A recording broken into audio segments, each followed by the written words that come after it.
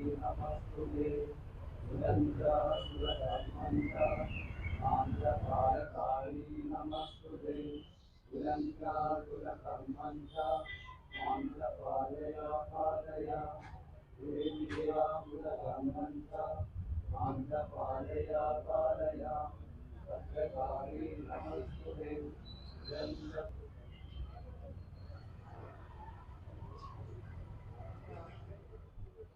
18 വർഷമായി താനൂരിൽ നടന്നു വരുന്ന വൈദിക വിചാര സദസ്സ് വളരെ ആധികാരികമായി സംസാരിക്കാൻ കഴിയുന്ന നമുക്കെല്ലാവർക്കും പലതരത്തിൽ സുപരിചിതനായ ശ്രീ KN ഖാദറാണ്.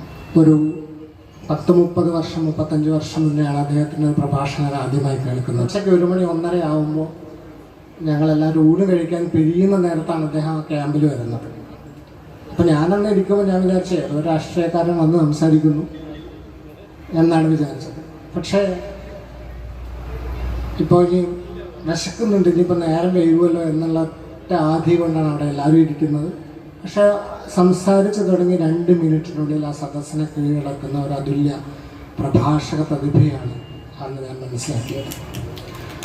ഈ ഇദ്ദേഹം നമ്മൾക്ക് അറിയാം, അദ്ദേഹത്തിൻ്റെ പ്രഭാഷണം വീണ്ടും വീണ്ടും നമ്മൾ യൂട്യൂബിലുമൊക്കെ പോയി നോക്കി കാണാറുണ്ട്. അദ്ദേഹത്തിൻ്റെ നിലപാടുകൾ, അദ്ദേഹത്തിൻ്റെ വാക്കുകൾ, ഭാഷാശുദ്ധി, വിവിധ ഭാഷകളിൽ അദ്ദേഹത്തിൻ്റെ ഈ പഠിക്കുന്ന കാലത്ത് തന്നെ പ്രഭാഷണത്തിൽ യൂണിവേഴ്സിറ്റി തലത്തിലൊക്കെ സമ്മാനിതനായ ഇന്ന് ഇവിടെ ഈ ക്ഷേത്ര സന്നിധിയിൽ എത്തിച്ചേർന്ന ശ്രീ KN ഖാദർ അവർക്ക് എല്ലാ മനസ്സോടെയും എല്ലാവരുടെയും പേരിൽ മുനിസിപ്പാലിറ്റിയുടെ പ്രതിപക്ഷ നേതാവ് ശ്രീ ദിബീഷ് ചിറക്കൽ, ഈ ക്ഷേത്ര സമിതിയുടെ പ്രസിഡന്റ് ശ്രീ വേണുഗോപാൽ, സെക്രട്ടറി ശ്രീ ഉണ്ണി ആട്ടിരിക്കൽ, സമിതിയുടെ ഭാരവാഹിയായ ശ്രീ സുധീശൻ കോടത്ത്, അതേപോലെ നമുക്കെല്ലാവർക്കും സുപരിചിതനായ ശ്രീ അറുമുഖൻ തള്ളശ്ശേരി, എല്ലാവരെയും സാദരം ക്ഷണിച്ചുകൊണ്ട് നന്ദി പറയുന്ന ശ്രീ അഖിൽ നന്നാട്ടാണ്. എല്ലാവരെയും ക്ഷണിക്കുന്നു.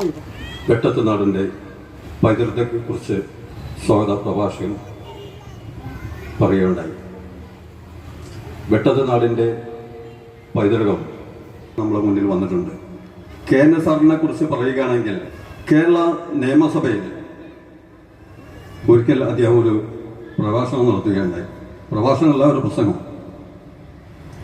അത് നിയമസഭയ്ക്കകത്തുള്ള ആളുകളും ഹൈന്ദവ വിശ്വാസികളായിട്ടുള്ള ആളുകളും പുറത്തുള്ള ആളുകളും ഒന്നടങ്കം കേട്ട് പുളകിതനാവേണ്ട ഒരു പ്രഭാഷണമായിരുന്നു ആ എന്നെ കുറിച്ച് പറഞ്ഞ എല്ലാ നല്ല വാക്കുകൾക്കും ഞാൻ നന്ദി രേഖപ്പെടുത്തുകയും എൻ്റെ കടപ്പാട് അറിയിക്കുകയും ചെയ്തു. ഈ പറഞ്ഞതൊന്നും ഞാനല്ല എന്നാണ് എനിക്ക് ആദ്യമായി പറയാനുള്ളത്. ഓരോരുത്തരുടെയും വിശേഷണങ്ങൾ സ്വാഗത ഭാഷണത്തിൽ KN സുഗതൻ മാസ്റ്ററും അധ്യക്ഷനായ M ഹരിദാസനും ഇവിടെ സൂചിപ്പിക്കുകയുണ്ടായി. മനുഷ്യൻ ഒരു ശരീരം മാത്രമല്ല, ആത്മാവ് കൂടിയാണ്. എന്ത് ഗ്രന്ഥങ്ങളും, അത് ഹൈന്ദവമായിരുന്നാലും ക്രൈസ്തവമായിരുന്നാലും ഇസ്ലാമികമായിരുന്നാലും എല്ലാ വേദഗ്രന്ഥങ്ങളും ഒരുപോലെ സമ്മതിക്കുന്നൊരു കാര്യമാണ്. നൈനം ചിന്നന്തി ശസ്ത്രാണി നൈനം ദഹതി പാവക ന ചൈനം ക്ലേദയന്ത്യപ്പോ ന ശോഷയതി മാരുത. ഞാൻ അനശ്വരനായ ആത്മാവാണ്. അഗ്നി കൊണ്ട് കരിക്കാനാവില്ല, കത്തി കൊണ്ട് മുറിക്കാനാവില്ല, വെള്ളം കൊണ്ട് നനക്കാനാവില്ല, കാറ്റുകൊണ്ട് ഉണക്കാനാവില്ല. Because I am an eternal soul എന്ന് ഗീതയിൽ നമുക്ക് കാണാൻ സാധിക്കും. മനുഷ്യനെ കുറിച്ച് ഒരു റൂഹ് എന്നാണ് അറബി ഭാഷയിൽ ആത്മാവിന് റൂഹ് എന്ന് പറയുക. ആത്മാവ് കൂടിയാണ് മനുഷ്യൻ. ആത്മഭൗതികങ്ങളുടെ ആരോഗ്യകരമായ സമന്വയമാണ്. ഈ വക വിഷയങ്ങളെല്ലാം വളരെ ഗഹനമായ കാര്യങ്ങളാണ്. അതിനെക്കുറിച്ചൊന്നും പറയാനുള്ള പ്രാപ്തിയും യോഗ്യതയും എനിക്കില്ല എന്ന് ഞാൻ മനസ്സിലാക്കുന്നു. പക്ഷെ നമ്മൾ ഈ അഭിസംബോധന ചെയ്യുമ്പോഴും ഒരാളെക്കുറിച്ച് അന്വേഷിക്കുമ്പോഴും ഒക്കെ, മുനിസിപ്പൽ ചെയർമാനാണ് ഷംസുദ്ദീൻ, അതുപോലെ എൻ്റെ പേര് KNA ഖാദർ, എക്സ് MLA എന്നൊക്കെ പറയാറുണ്ട്, പ്രഭാഷകനാണ് എന്നൊക്കെ പറയുന്നു. പക്ഷെ ഇതൊക്കെ ഞാൻ വരുമ്പോൾ ഉണ്ടായിരുന്നതല്ല, ഞാൻ പോകുമ്പോൾ കൂടെ പോകുന്നതുമല്ല. ഇതെല്ലാം ഞങ്ങളുടെ എല്ലാവരുടെയും നമ്മുടെ എല്ലാവരുടെയും ശരീരത്തിൻ്റെ സവിശേഷതകളും നാമധേയങ്ങളുമാണ്. അവയെല്ലാം ഈ ഭൗതികമായ ജീവിതം അവസാനിക്കുന്നതോടെ ഇല്ലാതായിപ്പോകും. അപ്പോൾ മനുഷ്യ വംശത്തിന് മുഴുവൻ അവകാശപ്പെട്ടതാണ് എല്ലാ വേദഗ്രന്ഥങ്ങളും. ഖുറാനും ബൈബിളും വേദഗ്രന്ഥങ്ങളും ഒക്കെ ഒരുപോലെ മനുഷ്യവംശത്തിൻ്റെ പൊതു സ്വത്താണ്. അത് ഏതെങ്കിലും ഒരു പ്രത്യേക ജനവിഭാഗത്തിൻ്റെതാണ് എന്ന് കരുതരുത്. കാരണം അതിലെല്ലാം മനുഷ്യവംശത്തിൻ്റെ പിറവി മുതൽ അവസാനം വരെയുള്ള, പിന്നീട് ഒരു ജന്മമുണ്ടെങ്കിൽ ആ ജന്മം ഉൾപ്പെടെയുള്ള കാര്യങ്ങളെക്കുറിച്ചെല്ലാം പ്രതിപാദിക്കുന്ന വിഷയങ്ങളാണ്. രമണ ഒരിക്കൽ അദ്ദേഹത്തിൻ്റെ മുമ്പിൽ ഒരു ഇംഗ്ലീഷുകാരൻ ചെന്നു. യൂറോപ്യൻ ആയിട്ടുള്ള അദ്ദേഹം ചെന്ന് രമണ മഹർഷിയോട് ചോദിച്ചു, how can I deal others? എനിക്കെങ്ങനെ മറ്റുള്ളവരെ ഡീൽ ചെയ്യാൻ കഴിയും, അല്ലെങ്കിൽ മറ്റുള്ളവരുമായി ഞാൻ എങ്ങനെ ഇടപെടണം എന്നതിനൊരു ഉപദേശം തേടിയാണ് അദ്ദേഹം ചെന്നത്. How can I deal others എന്ന് അദ്ദേഹത്തോട് ചോദിച്ചപ്പോൾ മഹർഷി പറഞ്ഞു, there is no others. Deal ചെയ്യേണ്ട പ്രശ്നമില്ല, മറ്റുള്ളവരില്ല. അപ്പോൾ പിന്നെ എല്ലാം ഒരുപോലെയാണെന്നുള്ള സങ്കല്പം കൊണ്ടാണ് അത് പറഞ്ഞത്. അതേ രമണ മഹർഷി ഒരു ദിവസം തൻ്റെ ആശ്രമത്തിലെ കുഞ്ഞുങ്ങളോട് ചോദിച്ചു, കുഞ്ഞുങ്ങളെ എപ്പോഴാണ് നേരം പുലരുന്നത്? അപ്പോൾ ഒരു കുട്ടി എഴുന്നേറ്റ് നിന്ന് പറഞ്ഞു, ഗുരു, കിഴക്കൻ ചക്രവാളത്തിൽ ചുവപ്പ് വരക്കുമ്പോൾ നേരം വെളുത്തു. അപ്പോൾ ഗുരു പറഞ്ഞു, ഉത്തരം തെറ്റാണ്, ഇരിക്കുന്നു. അവൻ ഇരുത്തി.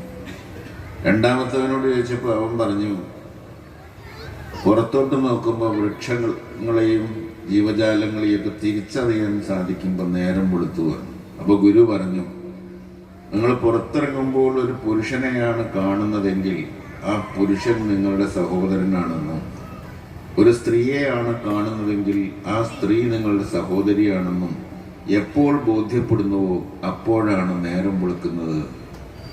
അതാണ് ഗുരുവിൻ്റെ ഉത്തരം. അത്തരം ഗുരുനാഥന്മാരുടെ ഒരു നാട്ടിലാണ് നമ്മൾ ജീവിക്കുന്നത്. വെട്ടത്തുനാട് മാത്രമല്ല, വളരെ വിശാലമായ ഈ മനുഷ്യവംശം വിധാനം ചെയ്യുന്ന മനുഷ്യവംശത്തിൻ്റെ ജീവിത യാഥാർത്ഥ്യങ്ങൾ അവയുടെ ഉപവേദങ്ങളായ ധനുർവേദം, ഗാന്ധർവവേദം, ആയുർവേദം, സാവത്യവേദം തുടങ്ങിയ ഉപവേദങ്ങളും ഇതിഹാസങ്ങളും പുരാണങ്ങളും ഉപനിഷത്തുകളും സ്മൃതികളും ശ്രുതികളും എല്ലാം ഉൾപ്പെടുന്ന ഒരു വലിയ ഗ്രന്ഥശാല നമ്മുടെ മുമ്പിൽ തുറന്നിരിപ്പുണ്ട്. ഇല്ല, പോയിട്ടില്ല. എത്തുക എളുപ്പമല്ല. ആചാര്യന്മാർക്ക് വരെ വളരെ പ്രയാസമേറിയ ഒരു മഹാപർവ്വതം പോലെ വേദഗ്രന്ഥങ്ങൾ ഉയർന്നു നിൽക്കുകയാണ്. ഇവിടെ എനിക്ക് ശേഷം നിങ്ങളെ അഭിസംബോധന ചെയ്യുന്ന പ്രിയപ്പെട്ട ഈ നഗരസിയോ കാണാനിടയായി. അത് കഴിഞ്ഞപ്പോൾ അദ്ദേഹം എന്നെ വിളിച്ചു അഭിനന്ദിക്കുകയുണ്ടായി.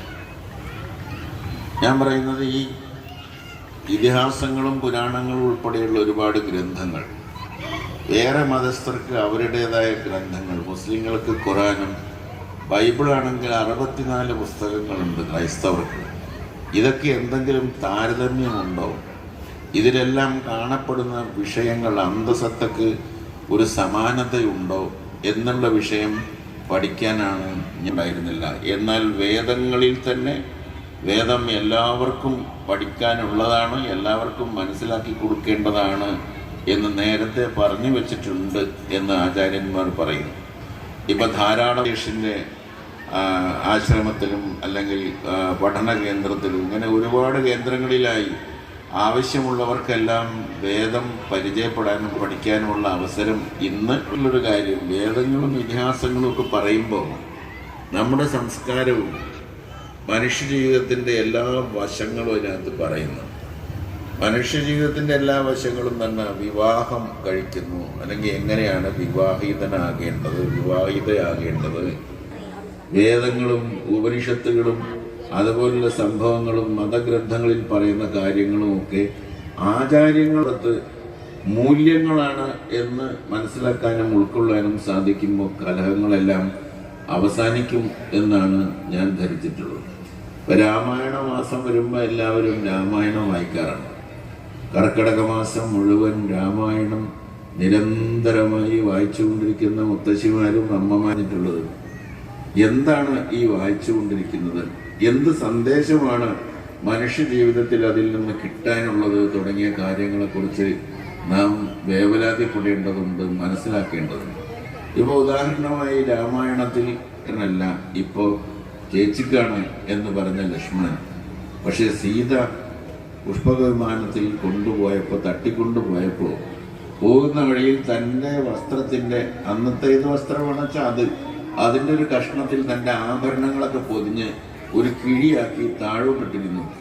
രാമലക്ഷ്മണന്മാർ തെരഞ്ഞു വരുമ്പോൾ കണ്ടുകൊള്ളട്ടെ, പോയ വഴി മനസ്സിലാക്കട്ടെ എന്ന് കാച്ചു. അത് താഴെ വീണ് കിടക്കുന്നത് സ്വാഭാവികമായും അവർ കണ്ടെത്തി കഴിഞ്ഞപ്പോൾ പരിഭ്രമിച്ച് വിഷമിച്ച് കരഞ്ഞ് കലങ്ങിയ കണ്ണുകളുമായി വേണ്ടത്ര കാഴ്ചശക്തി പോലും ഇല്ലാതെ ഈ ആഭരണങ്ങളെല്ലാം എടുത്ത് പരിശോധിച്ചു. ലക്ഷ്മണനോട് പറഞ്ഞു, ഇതൊക്കെ ആരാണ്, ഇതാരുടെയാണ്, ഇതിൽ ജ്യേഷ്ഠത്തിയുടെ ഉണ്ടോ എന്ന് നോക്കുന്നു പറഞ്ഞു. അപ്പോൾ ആദ്യം കാണിച്ചു കൊടുത്തത് ഒരു തോൾവളയാണ്. ഈ തോൾവള എന്ന് പറയുന്നൊരു വള അന്നത്തെ ഒരു ആഭരണമായിരിക്കണം. ഇപ്പോൾ ഈ ജ്വല്ലറിക്കാരൊക്കെ അത് അറിഞ്ഞാൽ തോൾവളയാണ് എന്നൊക്കെ പറഞ്ഞ് നല്ല വില വാങ്ങിച്ച് നിങ്ങളുടെ ഇടയിൽ വിൽപ്പനയ്ക്ക് എത്തും. അതുകൊണ്ട് ഞാനത് പറയുന്നില്ല. അന്ന് തോൾവള എന്ന് പറഞ്ഞൊരു ആഭരണം ഉണ്ടായി. അത് കാണിച്ചു കൊടുത്തപ്പോൾ ലക്ഷ്മണൻ പറഞ്ഞു, ഇങ്ങനെയൊരു ആഭരണം ചേച്ചിയാണ് ഇന്ന് ഞാൻ കണ്ടിട്ടില്ല. അത് കഴിഞ്ഞ് ഒരു അരഞ്ഞാണം കിട്ടി. അത് കാണിച്ചു കൊടുത്തപ്പോൾ അദ്ദേഹം പറഞ്ഞു, ഈ അരഞ്ഞാണം ജ്യേഷ്ഠത്തി ധരിക്കുന്നത് ഞാൻ കണ്ടിട്ടില്ല. അവസാനം പാദസരം കാണിച്ചു കൊടുത്തപ്പോൾ ലക്ഷ്മണൻ പറഞ്ഞു, ഈ പാതാരബിന്ദങ്ങളിലാണ് ഞാൻ സദാ നമസ്കരിച്ചിരുന്നത്. എന്താ ഇന്ന് മനസ്സിലാക്കാനുള്ളത്? ജ്യേഷ്ഠന്റെ ഭാര്യയോട് അനുജൻ എങ്ങനെ പെരുമാറണം. സൗമിത്രേനാണ് ലക്ഷ്മണൻ. സുമിത്ര പോരുമ്പോൾ കാട്ടിൽ പോകാൻ സമ്മതം ചോദിച്ചപ്പോൾ സുമിത്ര പറഞ്ഞിരുന്നു, കാട്ടിൽ പോയിക്കോളാൻ. പോകുമ്പോൾ അമ്മ ഉപദേശിച്ചതെന്താ? ഇന്നു മുതൽ നിന്റെ അമ്മ സീതയാണ്, നിന്റെ അച്ഛൻ ജ്യേഷ്ഠനായ രാമനാണ്, നിന്റെ രാജ്യം അല്ലെങ്കിൽ നിന്റെ അയോധ്യ കാടാണ്, അതുകൊണ്ട് നീ പൊയ്ക്കൊള്ളുക എന്നാണ് അവനോട് പറഞ്ഞത്. ആ ലക്ഷ്മണൻ അത് അക്ഷരം പ്രതി അനുസരിച്ചുകൊണ്ട് ആ ജ്യേഷ്ഠാനുജന്മാർ തമ്മിലുള്ള നല്ല സഹോദര ബന്ധം നിലനിർത്തിയതിൻ്റെ, നല്ല കുടുംബ ബന്ധങ്ങൾ നിലനിർത്തിയതിൻ്റെ അനശ്വരമായ തെളിവുകളാണ് വാസ്തവത്തിൽ രാമായണത്തിൽ ആ ഒരു പോർഷനിൽ അവതരിപ്പിക്കുന്നത്. അങ്ങനെയുള്ള എല്ലാ ഭാഗങ്ങളിലും അതുപോലെ നമ്മുടെ ജീവിതത്തിലേക്ക് ആവശ്യമായ കുറേ സന്ദേശങ്ങളുണ്ട്. അത് നമ്മൾ ഉൾക്കൊള്ളേണ്ടതായിട്ടുണ്ട്. അപ്പം ആ സന്ദേശങ്ങൾ അതുപോലെ ഇപ്പോൾ ഇതിലെ ഈ സ്മൃതികളുടെ കൂട്ടത്തിൽ വരുന്ന ഇതിഹാസമായിട്ടുള്ള ഇതിഹാസമായ മഹാഭാരതത്തിൻ്റെ ഒരു കഥ നിങ്ങൾക്ക് എല്ലാവർക്കും എന്നെക്കാളും അറിയാം. അതിൻ്റെ സുദീർഘമായ കഥയും സംഭവവികാസങ്ങളും ഒക്കെ നിങ്ങൾക്ക് അറിവുണ്ടായിരിക്കും. പക്ഷേ മഹാഭാരതത്തിനെ വേറൊരു തരത്തിൽ നമ്മൾ നോക്കിയാൽ നമുക്ക് കാണാൻ കഴിയും ഇന്നത്തെ മനുഷ്യ ജീവിതവുമായി ബന്ധപ്പെട്ട ചില കാര്യങ്ങൾ. ഒന്ന്, ഭരണകൂടത്തിന് കണ്ണുണ്ടാവുകയില്ല എന്ന്, ഭരണകൂടം അന്ധമാണ് എന്നൊരു മെസ്സേജ് അതിനകത്തുണ്ട്. കാരണം എന്താ? ധൃതരാഷ്ട്രർ അന്ധനാണ്. അതാണ് ഭരണകൂടാര്യന്മാരോ അനുയോജ്യരായിട്ടുള്ള ആളുകളോ പറഞ്ഞുകൊള്ളണം എന്നില്ല എന്നതിൽ കാണാൻ സാധിക്കും. അത് ഭീഷ്മാചാര്യർ അന്ന് ദ്രൗപദിയുടെ ഈ വസ്ത്രാക്ഷേപം നടക്കുന്ന സമയത്ത് ആ സദസ്സിൽ എല്ലാവരും അനുസരിക്കുന്ന ഒരാളാണ് ഭീഷ്മാചാര്യൻ എന്ന് പറഞ്ഞ ആചാര്യൻ. കാരണവനാണ്, ആചാര്യനാണ്, മഹാപണ്ഡിതനാണ്, എല്ലാവരാലും ആദരിക്കപ്പെടുന്ന ഭീഷ്മാചാര്യർ മക്കളെ ഇത് ചെയ്യരുത് എന്നൊരു വാക്ക് പറഞ്ഞിരുന്നെങ്കിൽ ആ വസ്ത്രാക്ഷേപം സംഭവിക്കില്ലായിരുന്നു എന്ന് പറയുന്നവരുണ്ട്. പക്ഷെ കഥ അല്ലെങ്കിൽ അത് പോകേണ്ട രീതിയിൽ പോകണമല്ലോ. അപ്പോൾ അത് അദ്ദേഹം ആ സമയത്തൊന്നും സംസാരിച്ചില്ല. അപ്പോൾ അതുകൊണ്ട് അത് നടന്നു. അതുപോലെ കർണൻ ആരാണ്? പാണ്ഡവനാണ്, ജ്യേഷ്ഠ പാണ്ഡവനാണ്. എങ്കിലും കർണൻ നിന്നത് ദുര്യോധനന്റെ പക്ഷത്താണ്. എന്തുകൊണ്ടാണ് കർണൻ ദുര്യോധനന്റെ പക്ഷത്ത് നിന്നത്? ദുര്യോധനന്റെ പക്ഷത്ത് കർണൻ നിൽക്കാൻ കാരണം കർണനെ ഒരു അംഗരാജ്യത്തിന്റെ തലവനാക്കി ദുര്യോധനൻ ചില സഹായങ്ങളൊക്കെ ചെയ്തുകൊണ്ട് ഒരു വിധേയത്വം വന്നപ്പോൾ അപ്പുറത്ത് നിന്നു. ഇപ്പൊ നമ്മളൊരു പൊതുമേഖലാ സ്ഥാപനത്തിന്റെ ചെയർമാനായിട്ട് ഗവൺമെന്റ് വെക്കുകയാണെങ്കിൽ ചെറിയൊരു ചായ്വ് എനിക്കായാലും അപ്പുറത്തേക്ക് ഉണ്ടാവും. അതുപോലെ ഈ കർണൻ ജ്യേഷ്ഠ പാണ്ഡവൻ പാണ്ഡവ പക്ഷത്ത് നിന്നില്ല. പാണ്ഡവ പക്ഷത്ത് നിന്നില്ല എന്ന് പറഞ്ഞാൽ ധർമ്മത്തിന്റെ പക്ഷത്ത് നിന്നില്ല എന്നർത്ഥം. മറ്റൊരു കാര്യം എന്താണ്? ധർമ്മത്തിന്റെ പക്ഷത്ത് ആള് കുറവായിരിക്കും, അതിൽ പരിഭ്രമിക്കേണ്ടെന്നാണ്. 5 പേര് ഏറി വന്നാൽ 7 പേരാണ് ധർമ്മത്തിന്റെ പക്ഷത്തുണ്ടായിരുന്നത്. പക്ഷെ അധർമ്മത്തിന്റെ പക്ഷത്ത് 100 പേരുണ്ടായിരുന്നു. എങ്കിലും എങ്ങനെ ധർമ്മം വിജയിച്ചു? ഭഗവാൻ ആ 5 പേരുടെ കൂടെ ഉണ്ടായിരുന്നു, ആ 7 പേരുടെ കൂടെ ഉണ്ടായിരുന്നു. അപ്പൊ ധർമ്മത്തിന്റെ പക്ഷത്ത് ആള് കുറവാണെങ്കിലും ഭഗവാനുണ്ടാകും, ദൈവമുണ്ടാകും എന്ന വലിയ സന്ദേശമാണ് മഹാഭാരതം അവിടെ നൽകുന്നത്. അതുപോലെ ഇന്നത്തെ തന്നെ നമ്മുടെ ജീവിതവുമായി ബന്ധപ്പെട്ട തരത്തിൽ ഇതൊക്കെ നമുക്ക് കാണാൻ ശ്രമിച്ചാൽ അത് എവിടെയാണ് നമുക്ക് പ്രയോജനപ്പെടുക, എന്താണ് അതിൻ്റെ സന്ദേശം എന്ന് മനസ്സിലാക്കാൻ നമുക്ക് കഴിയും. അങ്ങനെ ആ സന്ദേശങ്ങൾ മനസ്സിലാക്കി അർത്ഥങ്ങൾ അറിഞ്ഞുകൊണ്ട് വേണം നമ്മളിതെല്ലാം ഉൾക്കൊള്ളാനാണ് ഞാൻ കരുതുന്നത്. വൈദിക വിചാര സദസ്സിൽ വേദങ്ങളെക്കുറിച്ച് ധാരാളമായി പ്രതിപാദിക്കുന്ന സാഹചര്യങ്ങൾ ഉണ്ടാവും. ഇവിടെ ഇനി ഈ ദിവസങ്ങളിൽ നടക്കാൻ പോകുന്ന എല്ലാ പ്രഭാഷണങ്ങളിലും വലിയ ആചാര്യന്മാരും പണ്ഡിതന്മാരും ഒക്കെയാണ് പങ്കെടുക്കുന്നത്. പക്ഷേ വേദഗ്രന്ഥങ്ങളിൽ ഇപ്പോൾ നമുക്ക് ഋഗ്വേദമായാലും യജുർവേദമായാലും സാമവേദമായാലും അഥർവവേദമായാലും അതിലെല്ലാം പരിശോധിച്ചാൽ അത് ഇതുപോലെ തന്നെ മനുഷ്യ ജീവിതത്തിൻ്റെ അന്തസ്സത്തെക്കുറിച്ച് അതിൻ്റെ മറ്റെല്ലാ വാഹാദികളെക്കുറിച്ചും വളരെ വ്യക്തമായി പ്രതിപാദിക്കും. ആരാണ് മനുഷ്യൻ, ആരാണ് ഞാൻ എന്ന ചോദ്യത്തിന് ഉത്തരം കണ്ടെത്താൻ ശ്രമിക്കുന്ന കാര്യങ്ങൾ നമുക്ക് അറിയേണ്ടതാണ്. നമ്മൾ ആരാണ് എന്ന് സ്വയം അറിഞ്ഞിരിക്കേണ്ടത് ആവശ്യമാണ്. ആരാണ്? മേം കോൻ ഹും, ഞാൻ ആരാണ്? ഇങ്ങനെ നമ്മൾ വല്ലപ്പോഴും സ്വയം ചോദിച്ചിട്ടുണ്ടോ? ഞാൻ ആരാണ്? Who am I? മേം കോൻ ഹും, ഞാൻ ആരാണ്? ഇന്ന് രാത്രി ഉറങ്ങുന്നതിന് മുമ്പ് ഞാൻ ആരാണ് എന്ന ചോദ്യത്തിന് നിങ്ങളെല്ലാം ഉത്തരം കണ്ടുപിടിക്കുക. അവനവൻ ആരാണ്? എന്തായിരിക്കും ഉത്തരം? പല ഉത്തരങ്ങൾ കിട്ടും. ഞാനൊരു സർക്കാർ ഉദ്യോഗസ്ഥനാണ്, ഞാൻ ഡോക്ടറാണ്, ഞാൻ എഞ്ചിനീയറാണ്, ഞാൻ ഡ്രൈവറാണ്, ഞാൻ ഓട്ടോറിക്ഷക്കാരനാണ്, ഞാൻ ജോലിക്കാരനാണ്, കൂലിക്കാരനാണെന്നൊക്കെ കിട്ടും. പക്ഷേ അതൊന്നുമല്ല ഞാൻ എന്നറിയാനാണ് വേദങ്ങൾ നമ്മോട് ആഹ്വാനം ചെയ്യുന്നത്. ഞാൻ ആരാ? ഞാൻ ആത്മാവാണ്, അനശ്വരനായ ആത്മാവാണ്. ആ ആത്മാവിൻ്റെ സവിശേഷതകളെ കുറിച്ചാണ് ഞാൻ ആദ്യം ചൊല്ലിയ ശ്ലോകത്തിൽ നിന്ന് നമ്മൾ മനസ്സിലാക്കണം. അതുപോലെ ദൈവം വെളിച്ചം ആകുന്നു എന്ന് ബൈബിളിൻ്റെ പഴയ നിയമത്തിൽ പറയുന്നുണ്ട്. ദൈവം വെളിച്ചം ആകുന്നു. അല്ലാഹു നൂറു സമാവാത്തി വൽ അർള് എന്ന് ഖുർആനിൽ പറഞ്ഞിട്ടുണ്ട്. എന്നർത്ഥം വാനലോകങ്ങളുടെയും ഭൂമിയുടെയും വാനലോകങ്ങളുടെയും വെളിച്ചമാകുന്നു ദൈവം എന്നാണ്, വേറൊന്നുമില്ല. ഋഗ്വേദത്തിലെ ആദ്യ ശ്ലോകം എന്താ? അഗ്നിമീളെ പുരോഹിതം യജ്ഞസ്യ ദേവമൃത്യുജം ഗോദാരം രത്നദാതമം എന്നാണ്. ഞാൻ ചിലരോടൊക്കെ ചോദിച്ചിട്ടുണ്ട് ചില സദസ്സുകളിലൊക്കെ ഋഗ്വേദത്തിൻ്റെ ആദ്യ ശ്ലോകം എന്താണ്. ചിലപ്പോഴൊന്നും ചിലർ പറയാറില്ല. അപ്പോൾ എന്താണ് അഗ്നിമീളെ പുരോഹിതം യജ്ഞസ്യ ദേവമൃത്യുജം ഗോദാരം രത്നദാതമം? അതായത് കരിക്കട്ടയെ പോലും രത്നത്തെ പോലെ പ്രഭാപൂരിതമാക്കുവാൻ കഴിവുള്ള വെളിച്ചം, പ്രകാശം, ദൈവം, ബ്രഹ്മം എന്ന് പറയുന്ന ഒരു സങ്കല്പം. ആ സങ്കല്പം നിങ്ങൾ വെച്ച് നോക്കിക്കോ. എല്ലാ മനുഷ്യരും ഒരേ മാതാവിൻ്റെയും പിതാവിൻ്റെയും മക്കളാണ്. മനുഷ്യവംശം ഒന്നാണ്, ഒരിടത്തു നിന്ന് ഉത്ഭവിച്ചതാണ്. അങ്ങനെയൊക്കെ സങ്കല്പിക്കുന്ന അതേ സങ്കല്പം തന്നെയാണ് തൈത്തിരീയ ഉപനിഷത്ത് പറയുന്നുണ്ട്, ഏതൊന്നിൽ നിന്നാണോ ജീവജാലങ്ങളെല്ലാം പിറന്നതുകൊണ്ട് അവയെല്ലാം ഏതൊന്നിലാണോ പുലരുന്നത്, പിന്നീട് അവയെല്ലാം ഏതൊന്നിലാണോ വിലയം പ്രാപിക്കുന്നത്, അതാണ് ബ്രഹ്മം. ഏതൊന്നിൽ നിന്നാണോ ജീവജാലങ്ങളെല്ലാം പിറന്നതുകൊണ്ട് അവയെല്ലാം ഏതൊന്നിലാണോ പുലരുന്നത്, പിന്നീട് അവയെല്ലാം ഏതൊന്നിലാണോ വിലയം പ്രാപിക്കുന്നത്, അതാണ് ബ്രഹ്മം. ഈ കൺസെപ്റ്റ് ലോകം മുഴുവൻ ആക്സെപ്റ്റ് ചെയ്ത് സ്വീകരിക്കപ്പെട്ടിട്ടുള്ളൊരു കൺസെപ്റ്റാണ്. അപ്പോൾ നമ്മൾ എല്ലാം പിറന്നിട്ടുള്ളത് ഒന്നിലാണ്, ജീവിക്കുന്നത് ഒന്നിലാണ്, പിന്നീട് വിലയം പ്രാപിക്കുന്നതും ആ ബ്രഹ്മത്തിലാണ്. ഏകം. ഇവിടെ ഇപ്പോൾ ഇത് ഭഗവതി ക്ഷേത്രമാണ്. ഭഗവതിയുടെ കാരുണ്യം കൊണ്ട് ഇത് വളരെ ശക്തമായി വളർന്ന് വികസിച്ച് കൊണ്ടിരിക്കുന്ന ഒരു സ്ഥാപനമാണ്. വെട്ടത്ത് മഹാരാജാവിൻ്റെ കാലത്തുള്ളതാണ്. മുസ്ലിങ്ങളും ഹിന്ദുക്കളും ഒക്കെ തമ്മിൽ നല്ല ഐക്യം നിലനിർത്തുവാൻ സഹായകരമായ പല ഉപചാരങ്ങളും ആചാരങ്ങളും ചടങ്ങുകളും ഇവിടെയുണ്ട്. നിങ്ങളെല്ലാവരും ഒരുമിച്ച് നിന്നാണ് ഇത് ചെയ്യുന്നത്.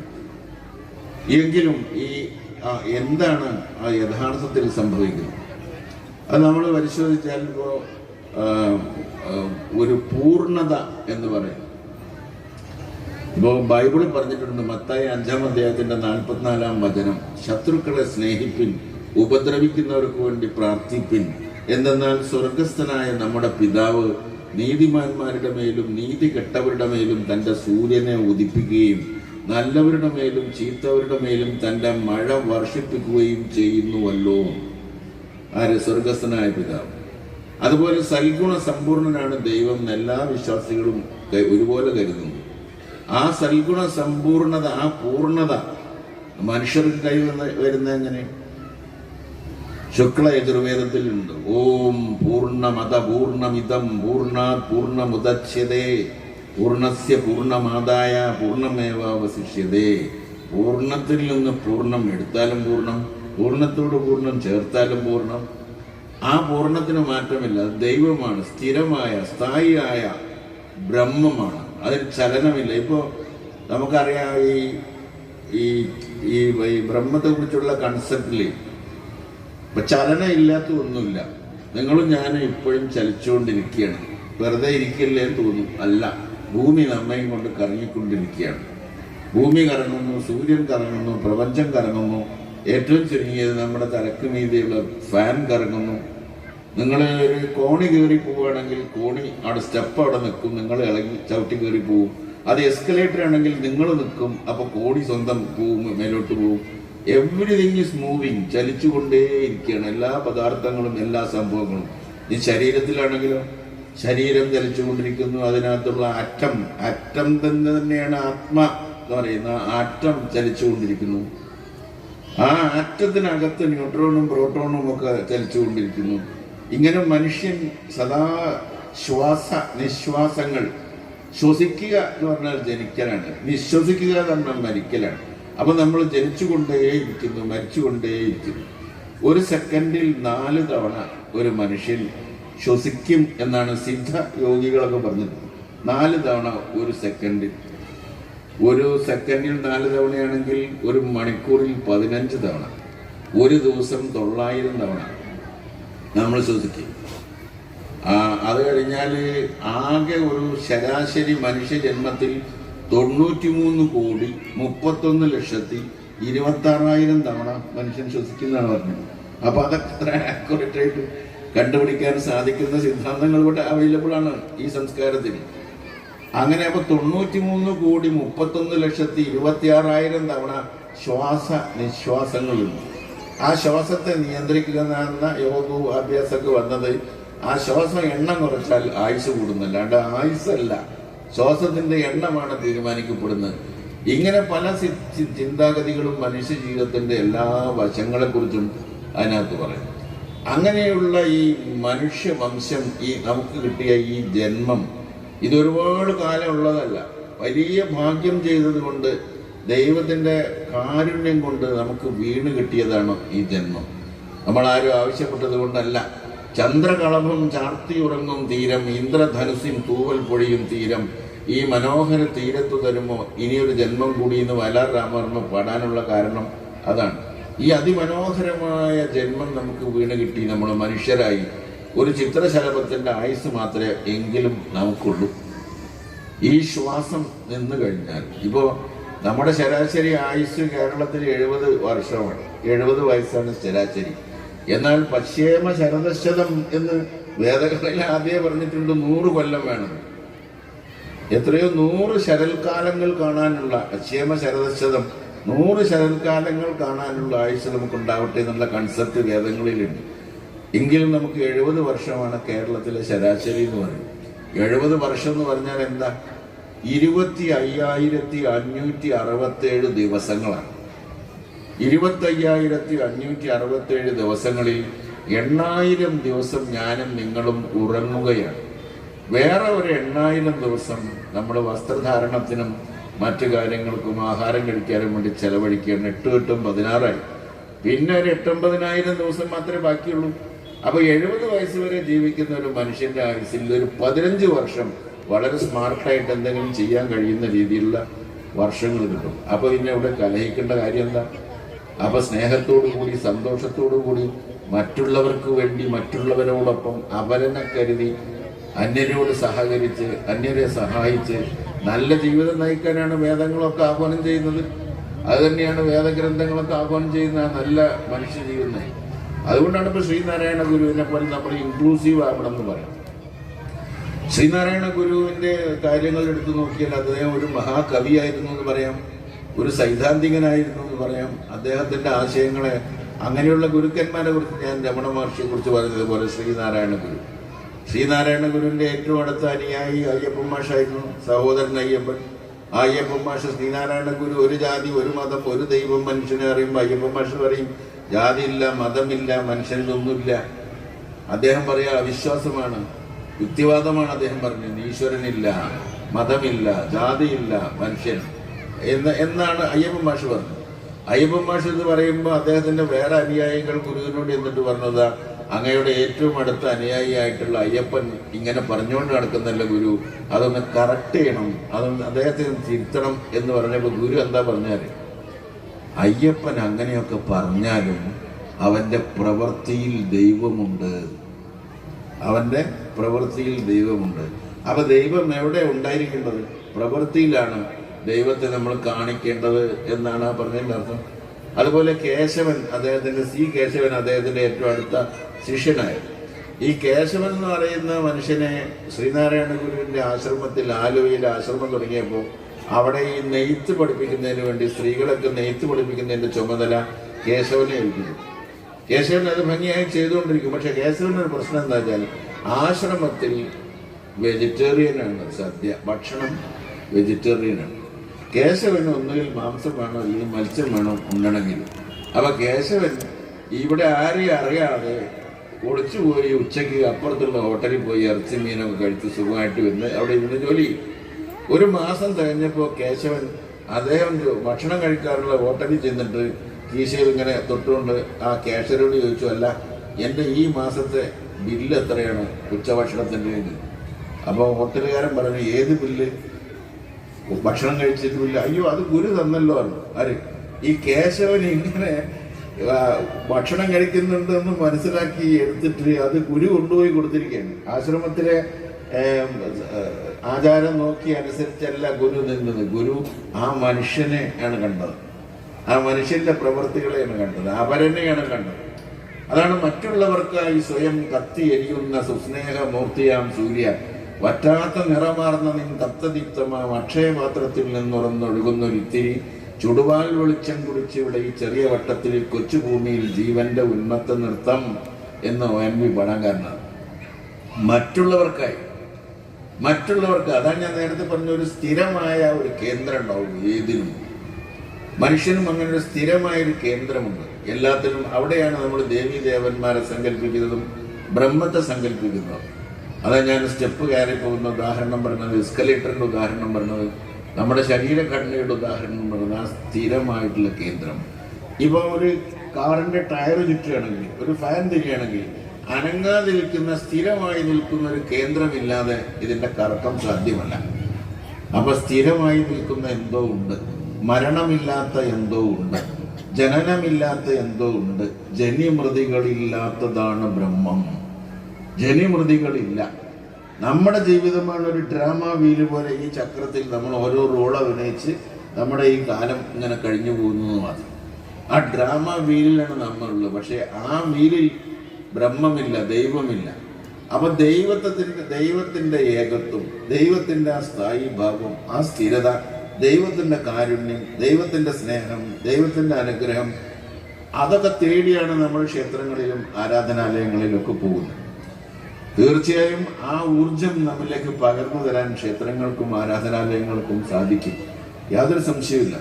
അത് തേടി പോകുമ്പോൾ ചിലർ പറയാറുണ്ട്, ഹൈന്ദവ സഹോദരന്മാർക്ക് ഹൈന്ദവ ധർമ്മപ്രകാരം 33,000 അല്ലെങ്കിൽ 33 കോടി ദൈവങ്ങളുണ്ട് ഒരാൾ. That is not correct. വേദം അത് പറയുന്നില്ല. വേദം പറയുന്നത് ഏകയേവ ഏകയേവ ഏകയേവ, ഒന്ന് മാത്രമേ ഉള്ളൂ. 2 ഇല്ലാത്ത വിധം ഒന്നാണ്, 3 ഇല്ലാത്ത വിധം ഒന്നാണ്, 4 ഇല്ലാത്ത വിധം ഒന്നാണ്.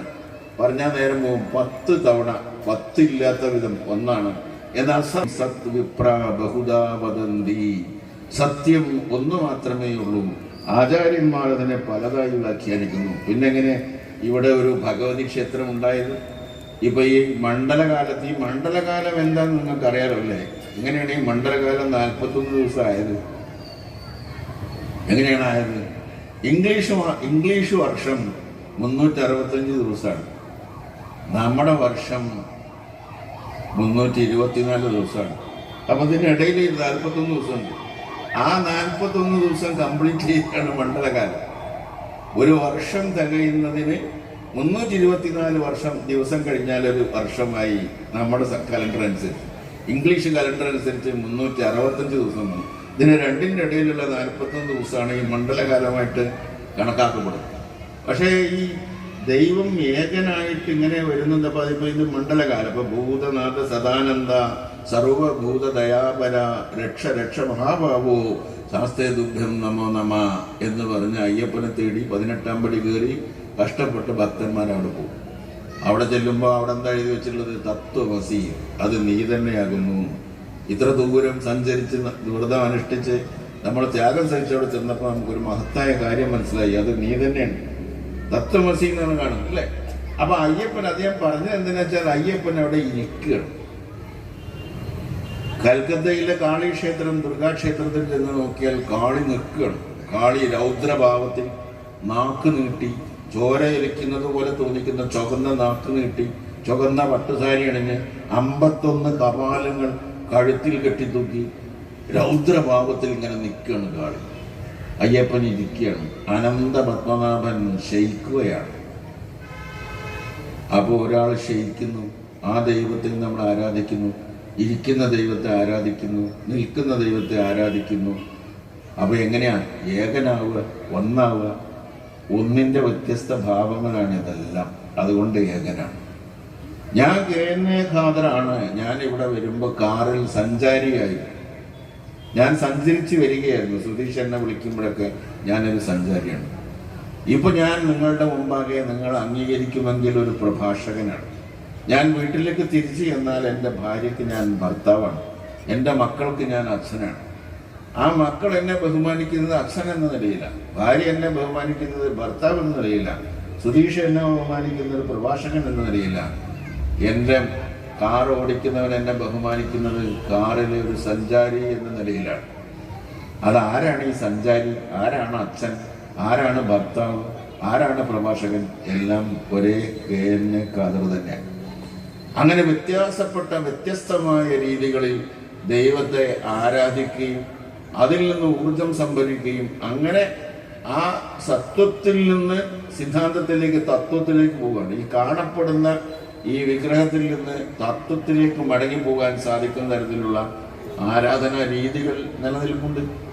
അതുപോലെ ഇപ്പോൾ നമ്മൾ രാമായണത്തെ കുറിച്ചൊക്കെ പറഞ്ഞാൽ, ഈ രാമായണം ഇതിപ്പോ തുഞ്ചത്തെഴുത്തച്ഛൻ്റെ നാടാണ്. അധ്യാത്മ രാമായണം നമുക്കറിയാം.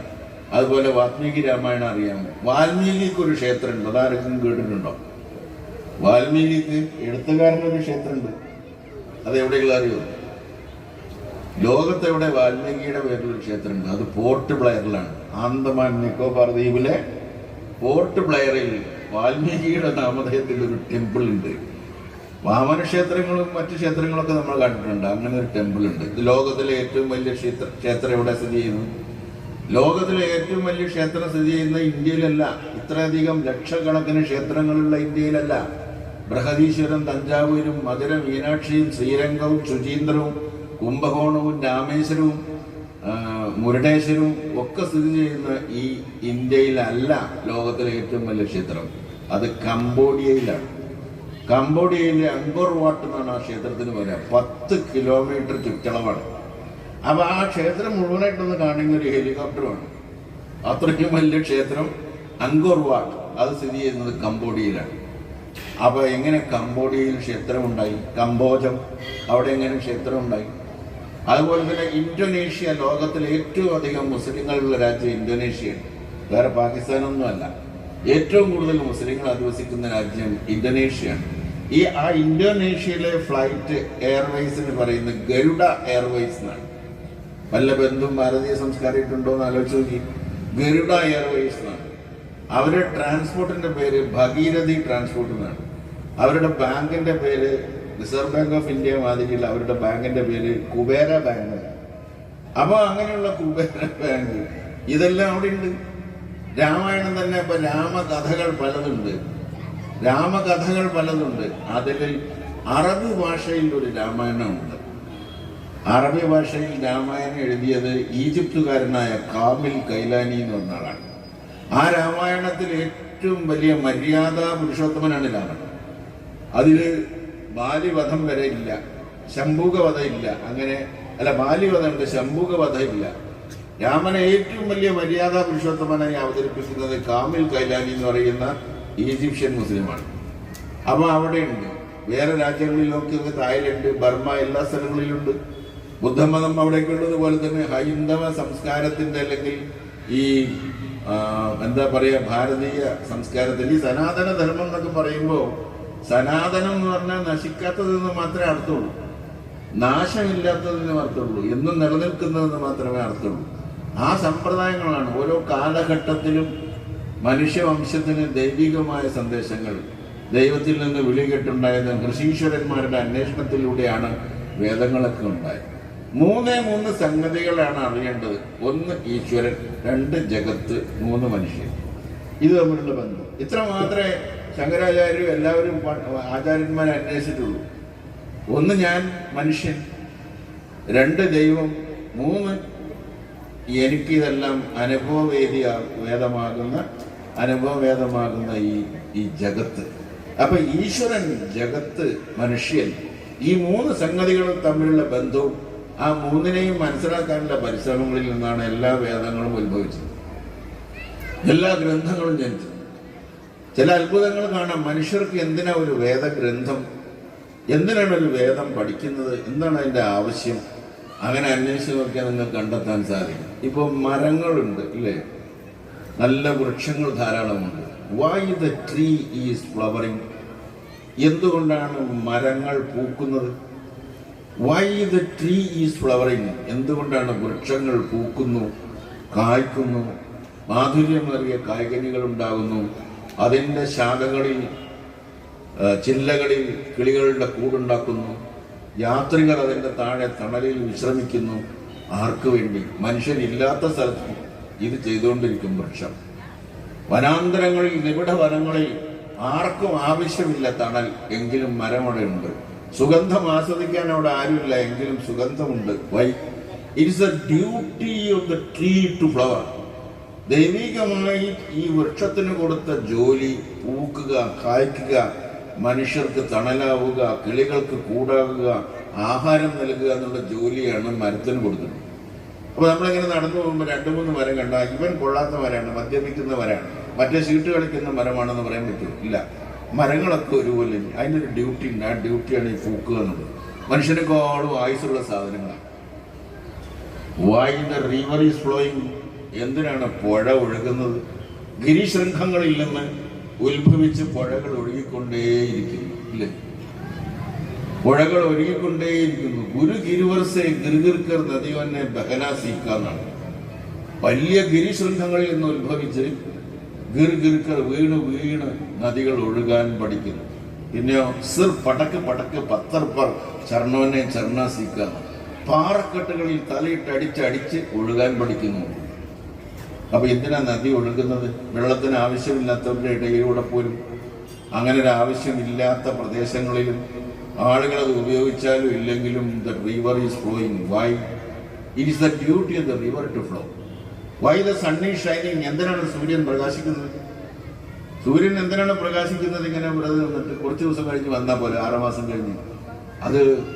അതുകൊണ്ടാണ് ജീവൻ ഇവിടെ നിലനിൽക്കുന്നത്. It is the duty of the sun to shine. അതാ ഞാൻ നേരത്തെ പറഞ്ഞ മറ്റുള്ളവർക്കായി സ്വയം കത്തി എരിയുന്ന സുസ്നേഹമൂർത്തിയാം സൂര്യ. അപ്പൊ അതൊക്കെ മറ്റുള്ളവർക്ക് വേണ്ടിയാണ്. അപ്പൊ മനുഷ്യനെ അങ്ങനെ ഒരു ചുമതല സ്വാഭാവികമായി നിർണയിക്കുന്നില്ല, ചെയ്യുന്നില്ല. മനുഷ്യൻ നല്ലവനാകാനും ചീത്തവനാകാനുള്ള സാധ്യത സൃഷ്ടിയിലേ ഉണ്ട്. ഓസിലേറ്റിംഗ് ആൻഡ് വാസിലേറ്റിംഗ് ആണ്. നല്ലവനാകാം, ചീത്തവനാകാം, 2 സാധ്യതകളുണ്ട്. അപ്പൊ അവിടെ എന്തിന്റെ കുറവുണ്ട്? ഒരു ഓപ്പറേഷൻ മാനുവലിന്റെ കുറവുണ്ട്. നമ്മളൊരു കാറ് വാങ്ങുമ്പോൾ വീൽ ഗെറ്റ് ഓപ്പറേഷൻ മാനുവൽ, ഒരു ഫ്രിഡ്ജ് വാങ്ങുമ്പോൾ ഒരു മാനുവൽ കിട്ടും, ഒരു TV വാങ്ങുമ്പോൾ ഒരു മാനുവൽ കിട്ടും. അപ്പോൾ ഓരോ കാലഘട്ടത്തിലും ജീവിച്ച മനുഷ്യർക്കായി ദൈവം അതാത് കാലങ്ങളിൽ ഓരോ മാനുവൽ അവരുടെ ഭാഷയിൽ ഇറക്കി കൊടുക്കും. ഇതനുസരിച്ച് ജീവിച്ചാൽ you will have the guarantee. നിങ്ങൾക്ക് ഒരു ഗ്യാരണ്ടി ഉണ്ടാവും, സുരക്ഷിതത്വം ഉണ്ടാവും. ഇങ്ങനെ ജീവിക്കണം എന്ന് പറഞ്ഞു. അങ്ങനെ പറഞ്ഞതാണ് വേദഗ്രന്ഥം. എന്നാൽ ഈ ഭാരതത്തിൽ നമ്മുടെ ഭാരതീയമായ ദർശനങ്ങൾ നോക്കിയാൽ വെറും ദൈവികമായ വിഷയങ്ങൾ മാത്രമല്ല, ഭൗതിക ജീവിതത്തെക്കുറിച്ചും ധാരാളം കാര്യങ്ങൾ അതിലുണ്ട്. ഇപ്പൊ ആയുർവേദം വേദം തന്നെയാണ്. വേദത്തിന്റെ ഒരു ഉപവേദമാണ്. ആദ്യത്തെ ആയുർവേദ വൈദ്യനാരാ? ഫസ്റ്റ് ഭാരതത്തിലെ ആദ്യത്തെ ആയുർവേദ ഡോക്ടറാരാ? വൈദ്യരാരാ? അത് ഡോക്ടർ ഒന്നും പറയുന്നില്ല. ആത്രേയ പുനർവസു എന്നാണ് അദ്ദേഹത്തിന്റെ പേര്. ആത്രേയ പുനർവസു ആയിരുന്നു അവിടുത്തെ ആദ്യത്തെ ആയുർവേദ വൈദ്യൻ. ആ ആയുർവേദത്തിൽ അഗസ്ത്യ രസായനമുണ്ട്. അഗസ്ത്യ മുനിയുടെ നാമധേയത്തിൽ അദ്ദേഹത്തിന്റെ പേരിലുള്ള രസായനമുണ്ട്. ചെവനപ്രാശമുണ്ട്. ചെവന മുനിയുടെ ഒരു ആഹാരം എന്ന രീതിയിൽ കാട്ടിലുണ്ടാക്കിയൊരു സാധനമാണ് ചെവനപ്രാശം. അപ്പൊ നമ്മൾ ചെവനപ്രാശം കഴിക്കുന്നു, അഗസ്ത്യ രസായനം കഴിക്കുന്നു. ധന്വന്തരി മഹർഷി അല്ലെങ്കിൽ ആയുർവേദത്തിന്റെ ദേവനാണ് ധന്വന്തരി മഹർഷി. അപ്പൊ ആ ധന്വന്തരം തൈലമുണ്ട്, ക്ഷീരപാല 101 ആവർത്തിച്ചതുണ്ട്. ഇങ്ങനെ ഒരുപാട് സാധനങ്ങളുണ്ട് ആയുർവേദത്തിൽ. മരുന്നുകൾ ആയുസിന്റെ വേദമാണ്, അതൊരു ഉപവേദമാണ്. എന്നാൽ ഇവിടെ ജാതി മതങ്ങൾക്ക് അതീതമായി എല്ലാവരും ഇതൊക്കെ ഉപയോഗിക്കുന്നില്ലേ? ഉണ്ട്. വേദമായതുകൊണ്ട് എനിക്ക് ആയുർവേദം പറ്റില്ല എന്ന് ഞാൻ പറയുമോ? ഇല്ല, അത് വേദമല്ലേ. അറേബ്യയിൽ നിന്ന് ഷെയ്ഖുമാർ വന്ന് കോട്ടക്കൽ ആയുർവേദശാലയിൽ കിടന്ന് പഞ്ചകർമ്മ ചികിത്സ കഴിഞ്ഞ്, സ്നേഹപാനം കഴിഞ്ഞ്, നസ്യം കഴിഞ്ഞ് മടങ്ങി പോകാറുണ്ട്, സുഖമായിട്ട് പോകാറുണ്ട് ആയുർവേദ വൈദ്യം. എന്നാൽ അതൊരു വേദമല്ലേ? അവിടുന്ന് വന്ന ആൾ മുസ്ലിം അല്ലേ? അയാൾക്ക് ഈ വേദം പറ്റും? ഞാനൊരു ദിവസം വള്ളിക്കുന്ന ഇരിക്കുന്ന സമയത്ത് കോട്ടക്ക ചെല്ലുമ്പോൾ ഒരു ഷാർജയിലെ ഒരു ഷെയ്ഖ്, എൻ്റെ അവിടുത്തെ ഏറ്റവും മെയിനല്ല, എൻ്റെ താഴെയുള്ള ഒരാൾ ചികിത്സയിലുണ്ട്. അപ്പോൾ ഒന്ന് കണ്ടുകളയാൻ തീരുമാനിച്ചപ്പോൾ അദ്ദേഹത്തിൻ്റെ സെക്രട്ടറിയോട് പറഞ്ഞു, ഇങ്ങനെ ഒന്ന് കണ്ടാൽ തിരക്കില്ല എന്നുണ്ട്. അപ്പോൾ അദ്ദേഹം എൻ്റെ അടുത്ത് തിരിച്ചു വന്നിട്ട് പറഞ്ഞു, അയ്യോ അദ്ദേഹം ചികിത്സയിലാണ്, കുറഞ്ഞ വസ്ത്രങ്ങളൊക്കെ ധരിച്ച് ശരീരത്തിലൊക്കെ എണ്ണ തേച്ച് തൈലം തേച്ച് കിടപ്പാണ്. അപ്പോൾ കുറച്ച് കഴിയും, 1 മണിക്കൂർ കഴിയും ശരിയാവാനാണ്. അപ്പോൾ ഞാൻ പറഞ്ഞു, എൻ്റെ കാർഡ് ഒന്ന് കാണിച്ചു കൊടുത്തു നോക്കുക, അദ്ദേഹം എന്താ പറയുന്നത്. അപ്പോൾ അദ്ദേഹം കാർഡ് കാണിച്ചു കൊടുത്തപ്പോൾ അദ്ദേഹം പറഞ്ഞു, ഇങ്ങോട്ട് വരാൻ പറയുമായിരുന്നു. ഞാൻ ചെന്നപ്പോൾ എന്താ സംഭവം തുടങ്ങിയത്? അദ്ദേഹം മരുന്ന് കിടക്കണം.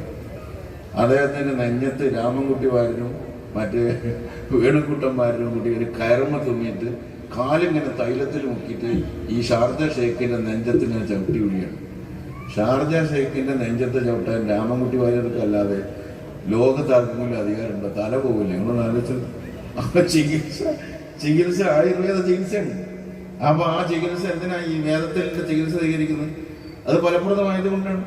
നമ്മൾ അഗ്നി വീളെ പുരോഹിതം എന്നൊക്കെ പറയില്ല. ആ അഗ്നി എന്നുള്ളതിന് വെളിച്ചം, വിളക്ക്, തീ എന്ന് മാത്രമല്ല, നീല കൊടുവേലി എന്ന് അർത്ഥമുണ്ട് വേദപ്രകാരം അഗ്നിക്ക്. അപ്പൊ ആയുർവേദം, അതുപോലെ സ്ഥാപത്യവേദം, ശില്പവേദം എന്നൊക്കെ പറയുന്ന രൂപവേദം. സ്ഥാപത്യവേദം എന്ന് പറഞ്ഞാൽ how to plan the city. ഇത് ശംസൂനൊക്കെ വേണ്ട കാര്യമാണ്. സ്ഥാപത്യവേദത്തെ പറഞ്ഞിട്ടുണ്ട് എങ്ങനെയാണ് നഗരം പ്ലാൻ ചെയ്യേണ്ടത്, എങ്ങനെയാണ് ഗ്രാമം ആസൂത്രണം ചെയ്യേണ്ടത്, എങ്ങനെയാണ് കെട്ടിടം പണിയേണ്ടത്. ഇതൊക്കെ വേദം പറഞ്ഞു തരാണ്. അതുകൊണ്ടാണ് ഈ ക്ഷേത്രങ്ങളൊക്കെ ഇങ്ങനെ കാണാൻ ഇതുവരെ നമ്മൾ കണ്ടിട്ടില്ലാത്ത എഞ്ചിനീയറിംഗ് ഈ ക്ഷേത്രങ്ങളിൽ ഉണ്ടായത്. ഇന്നത്തെ കാലത്ത് സാധ്യമാകാതെ പിസാ ഗോപുരം വരെ വർഷങ്ങൾക്ക് മുമ്പ് വലിയ ലോകം കണ്ട വലിയ എഞ്ചിനീയർമാരുണ്ടായിട്ട് കുറച്ച് കഴിഞ്ഞപ്പോൾ തിരഞ്ഞിക്കാണ് പോയി. അങ്ങനെ യാതൊരു ചെരുവും സംഭവിക്കാത്ത എത്രയോ അനശ്വരമായ, എത്ര നാൾ ഇനി നിൽക്കുമെന്ന് മനസ്സിലാകാത്ത വിധം അത്രയും കാലപ്പഴക്കമുള്ള ക്ഷേത്രങ്ങൾ ഇവിടെയുണ്ട്. അതിൻ്റെ എഞ്ചിനീയറിംഗ് ഒക്കെ സ്ഥാപത്യ വേദപ്രകാരം അന്നത്തെ ശില്പികൾ ഉണ്ടാക്കിയതാണ്. അപ്പോൾ ഇവിടെ നല്ല ശില്പികൾ ഉണ്ടായിരുന്നു, ശില്പവേദമുണ്ടായിരുന്നു. അപ്പോൾ ശില്പികൾക്ക് ശില്പം എങ്ങനെ ഉണ്ടാക്കണം, കെട്ടിടം എങ്ങനെ ഉണ്ടാക്കണം, ഇതൊക്കെ പഠിപ്പിച്ചു കൊടുക്കാനും വേദം മുതിർന്നിട്ടുണ്ട്. എങ്ങനെ ജീവിക്കണം, എന്താണ് ബ്രഹ്മം, എന്താണ് ദൈവം, എന്താണ് ജഗത്ത്, എന്താണ് മനുഷ്യൻ, നീ ആരാണ്, ഞാൻ ആരാണ്, എവിടെ നിന്ന് വന്നു, എന്താണ് ജീവിതം, എന്തിനു വേണ്ടി ജീവിക്കുന്നു തുടങ്ങിയ സകല കാര്യങ്ങളും പ്രതിപാദിക്കുന്നത് കൊണ്ടാണ് വൈദിക വിചാര സദസ്സ് പോലുള്ള സദസ്സുകൾ ഇവിടെ സംഘടിപ്പിക്കാനുള്ള കാരണം. ഇതെല്ലാവരും മനസ്സിലാക്കുന്നത് നല്ലതാണ്. എല്ലാവരും പരസ്പരം മനസ്സിലാക്കണം, പരസ്പരം അറിയണം. എല്ലാ വേദങ്ങളും എല്ലാവരും മനസ്സിലാക്കണം. ഹിന്ദു ഇപ്പൊ നമുക്ക് ധർമ്മം എല്ലാവർക്കും അറിയാം. എല്ലാവർക്കും അറിയാന്ന് പറഞ്ഞാൽ എല്ലാവരും അതനുസരിച്ച് ജീവിക്കുന്നുണ്ടോ? ജാനാമി ധർമ്മം നജമേ പ്രവൃത്തി, ജാനാമി അധർമ്മം നജമേ നിവൃത്തി എന്നാണ്. ജാനാമി ധർമ്മം എന്ന് പറഞ്ഞാൽ എനിക്ക് ധർമ്മം എന്താണെന്ന് അറിയാം, പക്ഷേ നജമേ പ്രവൃത്തി, പക്ഷെ ചെയ്യാനാവുന്നില്ല, ധർമ്മം അനുസരിച്ച് ചെയ്യാനാവുന്നില്ല. അധർമ്മം എന്താ അറിയാം? ജാനാമി അധർമ്മം, അധർമ്മം എന്താണെന്നറിയാം, നജമേ നിവൃത്തി, പക്ഷെ എനിക്ക് ആ അധർമ്മം ചെയ്യാതിരിക്കാൻ നിർവാഹമില്ല. അങ്ങനെയാണ് മനുഷ്യൻ ജീവിക്കുന്നത്. അപ്പൊ നമ്മൾ ധർമ്മം അറിഞ്ഞിട്ട് ധർമ്മം ചെയ്യാതിരിക്കുക, ധർമ്മം അറിയാത്തത് കൊണ്ടല്ല. അങ്ങനെയുള്ള മനുഷ്യനെ മാറ്റിമറിക്കണ്ടേ? ശ്രീനാരായണ ഗുരു പറഞ്ഞു, പല മതസാരവും ഏകമെന്നു പാരാതുലകിലൊരാനയിൽ അന്തരെന്ന പോലെ. പല മതസാരവും ഏകമെന്നു പാരാത് ഉലകിലൊരാനയിൽ അന്തരെന്ന പോലെ പലവിധ യുക്തി പറഞ്ഞു പാമരന്മാർ അലവതു കണ്ട് അലയാതെ അമർന്നിടണം. എല്ലാ മതങ്ങളുടെയും സാരാംശങ്ങളിൽ ചില സമാനതകളുണ്ട്. അതിൻ്റെ സത്ത ഏതാണ്ട് ഒരുപോലെയാണ്. അതറിയാതെ പലവിധ യുക്തി പറഞ്ഞിട്ട് പാമരന്മാർ അലയുന്നുണ്ട്. അതുപോലെ നിങ്ങൾ അലയേണ്ട, നിങ്ങൾ ശാന്തരായിരിക്കണം എന്നാണ് ഗുരു പറഞ്ഞത്. പൊരുതു ചെയ്യിപ്പത് അസാധ്യം ഒന്നിനോടൊന്നൊരു മതവും പൊരുതാൽ ഒടുങ്ങുകയില്ല. പരമതവാദി ഇത് ഓർത്തിടാതെ പാടെ പൊരുതു പൊലിഞ്ഞിടുമെന്ന ബുദ്ധി വേണം ശ്രീനാരായണ ഗുരു പറയണം. ആ ശ്രീനാരായണ ഗുരു തന്നെ പറഞ്ഞു, കരുണാവാൻ നബി മുത്തുരത്നമോ പ്രവാചകനെ കുറിച്ച്, പരമേശ പവിത്രപുത്രനോ യേശുവിനെ കുറിച്ച്. ആ ശ്രീനാരായണ ഗുരു എല്ലാത്തിനെയും ഉൾക്കൊണ്ടിരുന്ന ഗുരുവാണ്.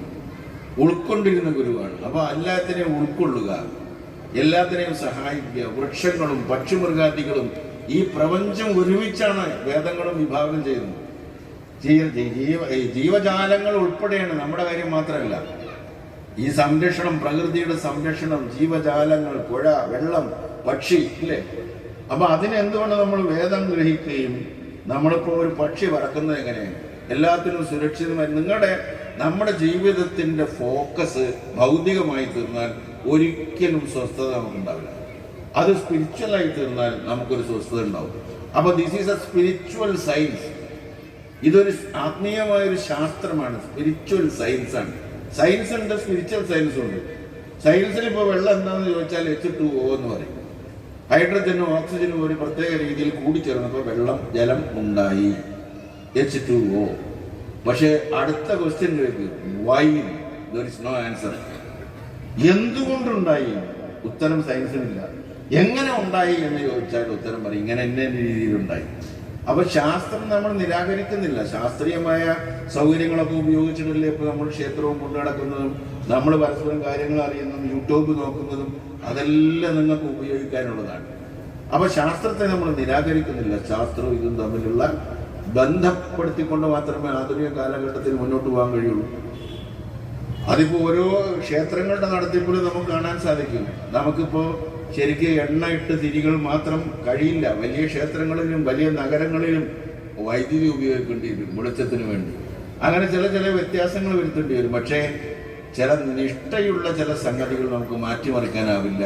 അപ്പം മൂല്യങ്ങൾ എന്ന് പറഞ്ഞാൽ അത് അനശ്വരമാണ്, അത് സനാതനമാണ്, അത് എന്നും നിലനിൽക്കുന്ന മൂല്യങ്ങളായിരിക്കാം. ആ മൂല്യങ്ങളെക്കുറിച്ചുള്ള പാഠം മനുഷ്യവംശത്തിന് നൽകിയത് വേദഗ്രന്ഥങ്ങളാണ്.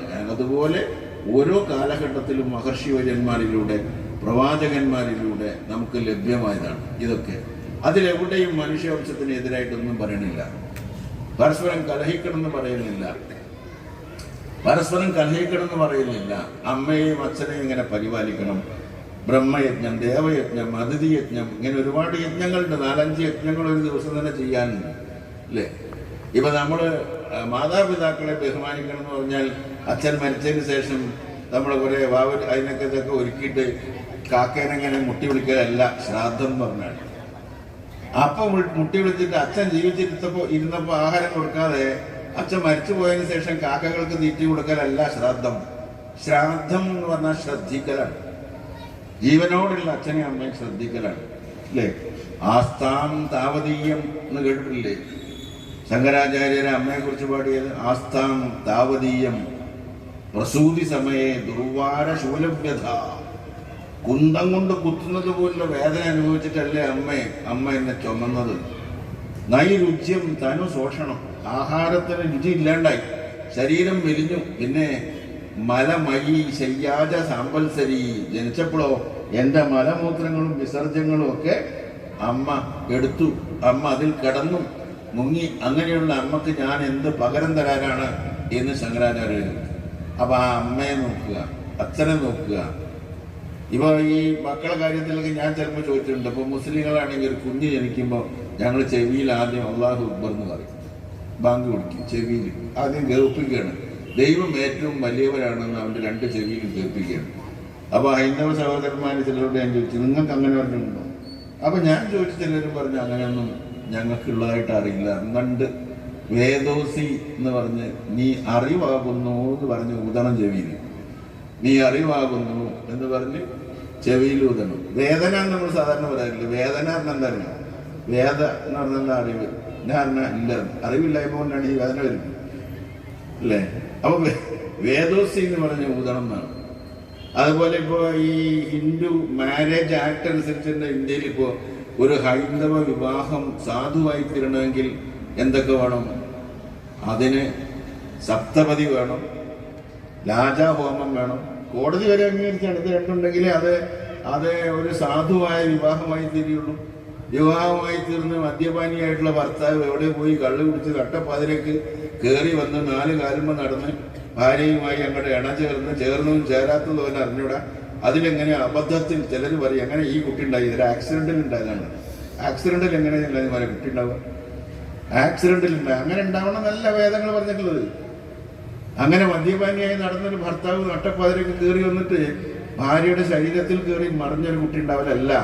വേദം കൃത്യമായി പറയുന്നു വിവാഹം എങ്ങനെ കഴിക്കണം, എങ്ങനെ ജീവിക്കണം. ഒരു കുഞ്ഞു വരണമെങ്കിൽ ശരീരവും മനസ്സും ശുദ്ധീകരിച്ച് അനുയോജ്യമായ ഒരു ദിവസം നോക്കി അവരെ ഇണചേർന്ന് ആ ഗർഭിണിയായ ഭാര്യയെ സംരക്ഷിച്ച് ഇങ്ങനെ എല്ലാ സംഗതികളും ചെയ്തു അല്ലേ? അത് കൃത്യമായിട്ട് പരിപാലിച്ചിട്ട് ആ കുട്ടി ഉണ്ടായാലും എങ്ങനെ വേണം. അപ്പോഴാണ് രാജ്യത്ത് സമാധാനം ഉണ്ടാവുക, അപ്പോഴാണ് നല്ല കുട്ടികൾ ഉണ്ടാവുക അല്ലേ? അപ്പൊ നല്ല മക്കൾ എങ്ങനെ ഉണ്ടാവണം, വിവാഹം എങ്ങനെ കഴിക്കണം, അമ്മയെ എങ്ങനെ നോക്കണം, അച്ഛനെങ്ങനെ നോക്കണം, നമുക്ക് കടപ്പാട് എന്തൊക്കെയാണ്, ആരോടൊക്കെയാണ് ബന്ധം വേണ്ടത്, നമുക്ക് പ്രകൃതിയായിട്ടുള്ള ബന്ധം എന്താ, നമുക്ക് മനുഷ്യരുമായിട്ടുള്ള ബന്ധം എന്താ, നമുക്ക് ദൈവമായിട്ടുള്ള ബന്ധം എന്താ. ഈ ബന്ധങ്ങളൊക്കെ നിർവചിക്കുന്നതാണ് വേദഗ്രന്ഥങ്ങൾ എന്ന് പറഞ്ഞാൽ.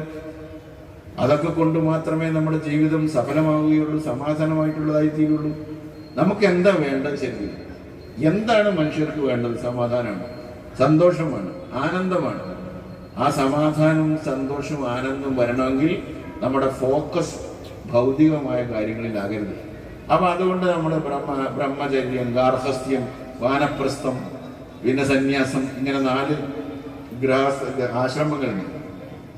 ഈ 4 ആശ്രമങ്ങളും അനുസരിച്ച് ജീവിക്കുമ്പോൾ ഇതൊക്കെ സാധാരണ വേദങ്ങളൊക്കെ പഠിക്കുമ്പോൾ ആൾക്കാർക്കുള്ള പേടി എന്താണ്? ഇപ്പൊ ദൈവമേ ഇനിയിപ്പോ സന്യാസി ആകേണ്ടി വരുമോ? അങ്ങനെയൊന്നുമില്ല. നിങ്ങൾക്കൊന്നും സമ്പാദിക്കാൻ പറ്റില്ല എന്നില്ല, നിങ്ങൾക്ക് ജോലിക്ക് പോകാൻ പറ്റില്ല, എല്ലാം ദുർനടപ്പല്ലാത്ത നല്ല മനുഷ്യരായിട്ട് നിങ്ങൾക്ക് ജീവിക്കാം, നിങ്ങൾക്ക് ആഹാരത്തിന് സമ്പാദിക്കാം, ജോലി ചെയ്യാം, ഒരു പ്രയാസങ്ങളും ഇല്ല. വേദം അതിനൊന്നും തടസ്സമല്ല. ഗായത്രി മന്ത്രം ആണ് വേദങ്ങളുടെ മാതാവായിട്ട് പറയണതല്ലേ. ഓം ഭൂർഭുവസ്വഃ തത് സവിതുർവരേണ്യം ഭർഗോ ദേവസ്യ ധീമഹി ധിയോ യോ ന പ്രചോദയാത്. അങ്ങനെ ബുദ്ധിയെ പ്രചോദിപ്പിക്കാനുള്ള മന്ത്രമുണ്ട് ആ ഗായത്രി മന്ത്രം. ആ ഗായത്രി മന്ത്രമാകുന്ന വേദമാതാവിനെ സ്തുതിച്ചാൽ, അങ്ങനെ വേദങ്ങൾ പഠിച്ചാൽ ഒരു മനുഷ്യനായിട്ട് ഭൗതിക ജീവിതം നയിക്കാനുള്ള സംവിധാനങ്ങൾ ലഭ്യമാകുന്നതാണ് പറയുന്നത് വേദങ്ങൾ. സ്തുതാ മയ വരദ വേദമാതാ, സ്തുതാ മയ വരദ വേദമാതാ, പ്രചോദയന്താം പാപമാനീം ദ്വിജാനാം ആയുർപ്രാണ പ്രജാം പശും കീർത്തിയും ദ്രവിണം ബ്രഹ്മവർച്ചസം എന്നാണ്. എന്തൊക്കെ ഉണ്ടാകുന്നത്? നിങ്ങൾക്ക് എല്ലാ സംഗതികളും ഉണ്ടായിക്കൊണ്ടിരിക്കുന്നതോടുകൂടി നിങ്ങൾക്ക് അങ്ങനെ നിങ്ങൾ ജീവിച്ചാൽ, നിങ്ങൾക്ക് സുധാമയ വരദ വേദമാതാവിനെ സൂചിച്ചാൽ നിങ്ങൾക്ക് എല്ലാ സംഗതിയും വരികയാണ്. ആയുസ് ഉണ്ടാവും, പ്രാണൻ ഉണ്ടാവും, ശക്തിപ്പെടും, നല്ല പ്രജകളുണ്ടാവും, പശു ഉണ്ടാവും, നല്ല സമ്പത്തുണ്ടാവും, കീർത്തി ഉണ്ടാവും, പ്രസിദ്ധി ഉണ്ടാവും. ഇതെല്ലാം നിങ്ങൾക്ക് സമ്പാദിക്കുന്നതിന് യാതൊരു തടസ്സവും വേദഗ്രന്ഥങ്ങൾ പറയുന്നില്ല. വേദങ്ങൾ അതിനൊന്നും എതിരല്ല. മനുഷ്യ ജീവിതത്തിന് ഭൗതികമായി എല്ലാ വിഭാഗക്കാർക്കും എല്ലാ മതസ്ഥർക്കും ഒരുപോലെ ജീവിക്കാൻ ആവശ്യമായിട്ടുള്ള എല്ലാ സൗകര്യങ്ങളും ദൈവം ലഭ്യമാക്കും, യാതൊരു സംശയവും. അനുഗ്രഹം ഉണ്ടാവും. അപ്പൊ അതുകൊണ്ടൊരു സ്പിരിച്വൽ സയൻസ് എന്നുള്ളത് മനുഷ്യ ജീവിതത്തിൽ അത്യന്താപേക്ഷിതമായിട്ടുള്ള കാര്യമാണ്. ആ ഒരു ശാസ്ത്രം, സ്പിരിച്വൽ ആയിട്ടുള്ള ശാസ്ത്രം, ആത്മാവ് അതിൻ്റെ ശാസ്ത്രം, ആ ശാസ്ത്രം പഠിക്കുക എന്നുള്ളതാണ് വേദഗ്രന്ഥങ്ങൾ കൊണ്ടുള്ളത്. സകല കാര്യങ്ങളിലും അതുപോലെ ഇപ്പൊ കലയും സാഹിത്യവും ഭരതനാട്യവും നൃത്തങ്ങളും ഒക്കെ അതും സാമവേദത്തിലുണ്ടല്ലോ.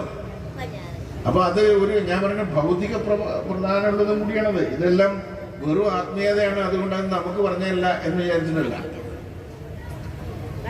അങ്ങനെയല്ല വിചാരിച്ചിട്ടുണ്ട്. നേരെ മറിച്ച് എല്ലാം അതിനകത്തുണ്ട്. ഇപ്പൊ നമ്മൾ സാധാരണ സംഗീതം, ഭാരതീയ സംഗീതം, കർണാട്ടിക് മ്യൂസിക് ഒക്കെ നമുക്കറിയാം. സ രി ഗ മ പ ധ നി സ. അത് സാമവേദത്തിലെ ചില മന്ത്രങ്ങളിലെ ആദ്യ അക്ഷരമാണ്. സ രി ഗ മ പ ധ നി സ എന്നാണ്. സരിഗമനിസ ധനിതമനിസ. എല്ലാ ജാതി മതസ്ഥരും സംഗീതത്തിന്റെ എല്ലാ ഈ കാര്യങ്ങളും നോക്കുന്നില്ല, സംഗീതം പഠിക്കുന്നില്ല. അത് സാമവേദത്തിൽ നിന്ന് വന്നാൽ. അപ്പൊ നമ്മുടെ ഗാർഹസ്ഥ്യാശ്രമം ആകാം. ബ്രഹ്മചര്യം എന്ന് പറഞ്ഞാൽ ദൈവമേ ഇനിയിപ്പോ ബ്രഹ്മചാരിയായിട്ട് നടക്കേണ്ടി വരുമോ, ഒരു കാലത്തും വിവാഹം കഴിക്കാതിരിക്കണമെന്നും തെറ്റിദ്ധരിക്കണ്ട. ബ്രഹ്മചര്യം എന്ന് പറഞ്ഞാൽ നിങ്ങളിപ്പോ BSc പാസ്സായാൽ എന്താ പറയാ, ബാച്ചലർ ഓഫ് സയൻസ്.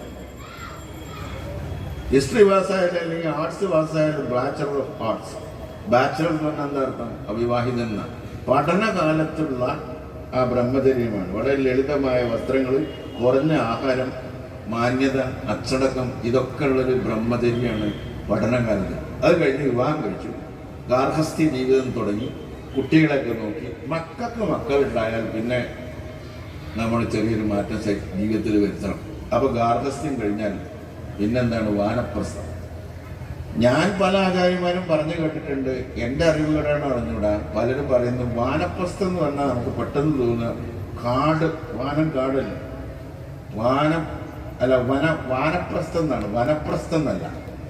ആൾക്കാർ പറയാറുള്ളതൊക്കെ വാനപ്രസ്ഥം എന്ന് പറഞ്ഞാൽ കാട്ടുപോലാണ്. പിന്നെ എല്ലാം കഴിഞ്ഞ് ഇനി കുട്ടികളൊക്കെ ഉപേക്ഷിച്ച് മക്കൾ അല്ലെങ്കിൽ മകൻ വിവാഹം കഴിച്ച അല്ലെങ്കിൽ മകളെ വിവാഹം കഴിച്ച അവൾക്ക് കുട്ടി ഉണ്ടായാൽ പിന്നെ നമ്മളവിടെ നിൽക്കരുത്, കാട്ടുപോണെന്നാണ്. അല്ല, ഞാൻ പഠിച്ച വേദങ്ങളിൽ നിന്ന് ഞാൻ മനസ്സിലാക്കിയത് വാനപ്രസ്ഥമാണ്. വാനം എന്ന് പറഞ്ഞാൽ ആകാശമാണ്, ആകാശം എന്ന് പറഞ്ഞാൽ പ്രകാശമാണ്, സൂര്യനാണ്, അറിവാണ്. അപ്പൊ ആ അറിവിന്റെ സൂര്യൻ, ആ തേജസ്, അത് ഉൾക്കൊള്ളലാണ് വാനപ്രസ്ഥത്തിന്റെ കാലഘട്ടത്തിൽ കൂടുതൽ അറിവുണ്ടാക്കലാണ്. പിന്നെ ആവശ്യമുള്ളവർക്ക് സന്യാസം സ്വീകരിക്കാം അല്ലെങ്കിൽ സ്വീകരിക്കാതിരിക്കാം. അതുകൊണ്ട് മനുഷ്യ ജീവിതത്തിൽ കാര്യമായ മാറ്റമൊന്നും വരുന്നില്ല. അപ്പൊ അതുകൊണ്ട് ആ മനുഷ്യ ജീവിതത്തിന്റെ നിഖില മേഖലകളെയും പരാമർശിക്കുന്നതാണ് ഇതെല്ലാം തന്നെ, അങ്ങനെയുള്ളതാണ്. അപ്പൊ അതിന്റെ അർത്ഥം നമ്മൾ അന്ധവിശ്വാസിയാവണമെന്നല്ല, നല്ല വിശ്വാസിയായിരിക്കുക, നല്ല മൂല്യങ്ങൾ ഉണ്ടായിരിക്കുക, പരസ്പരം സഹകരിക്കുക, സഹായിക്കുക, നമ്മൾ നല്ല മക്കളെ വളർത്തുക, നല്ല പെൺകുട്ടികളെ കല്യാണം കഴിക്കുക. ഇതൊക്കെ ഒരു മനുഷ്യ ജീവിതത്തിൽ ആവശ്യമുള്ള എല്ലാ സംഭവങ്ങളും ചെയ്തുകൊണ്ട് തന്നെ നിങ്ങൾക്ക് നല്ല മനുഷ്യരായി ജീവിക്കാൻ സാധിക്കും. യാതൊരു പ്രയാസമില്ല. അതുകൊണ്ട് എല്ലാവരുമായിട്ട് സഹകരിക്കുക. ഒരാൾക്ക് ഷംസു ഇസ്ലാം മത വിശ്വാസിയാണ്, ഞാൻ ഇസ്ലാം മത വിശ്വാസിയാണ്, ഞങ്ങൾക്ക് ഇസ്ലാമായിട്ട് ജീവിക്കുന്നതിന് വേറെ ഒരു തടസ്സമില്ല. ഹൈന്ദവ ധർമ്മം പാലിക്കുന്നവർക്ക് അതനുസരിച്ച് ജീവിക്കുന്നതിന് ഒരു തടസ്സമില്ല. എങ്കിലും തന്നെ നമ്മൾ പരസ്പരം സഹകരിക്കുന്നു. എന്തുകൊണ്ട്? ഭൗതിക ജീവിതത്തിൽ നമുക്ക് സഹകരിക്കാതിരിക്കാൻ പറ്റില്ല. നമ്മൾ പരസ്പരം സ്നേഹിക്കുന്നു, സഹകരിക്കുന്നു. കാരണം ആഹാരത്തിന്റെ കാര്യത്തിൽ ഞാൻ പല ക്ഷേത്രങ്ങളിലും പോയി ഇങ്ങനെ ചില പ്രസംഗങ്ങളൊക്കെ നടത്തിയിരുന്നു. ഞാൻ ഈ ജില്ലയിൽ തന്നെ 1-2 ക്ഷേത്രങ്ങളിലൊക്കെ പോയപ്പോൾ അവിടെ പള്ളി കമ്മിറ്റിയും ഈ ക്ഷേത്ര കമ്മിറ്റിയും കൂടി ഒരുമിച്ചാണ് സ്റ്റേജ് നിറച്ച്. അതിന് ഉത്സവം നടത്താനും ഉറൂസ് നടത്താനും കൂടി ഒറ്റ കമ്മിറ്റിയാണ്.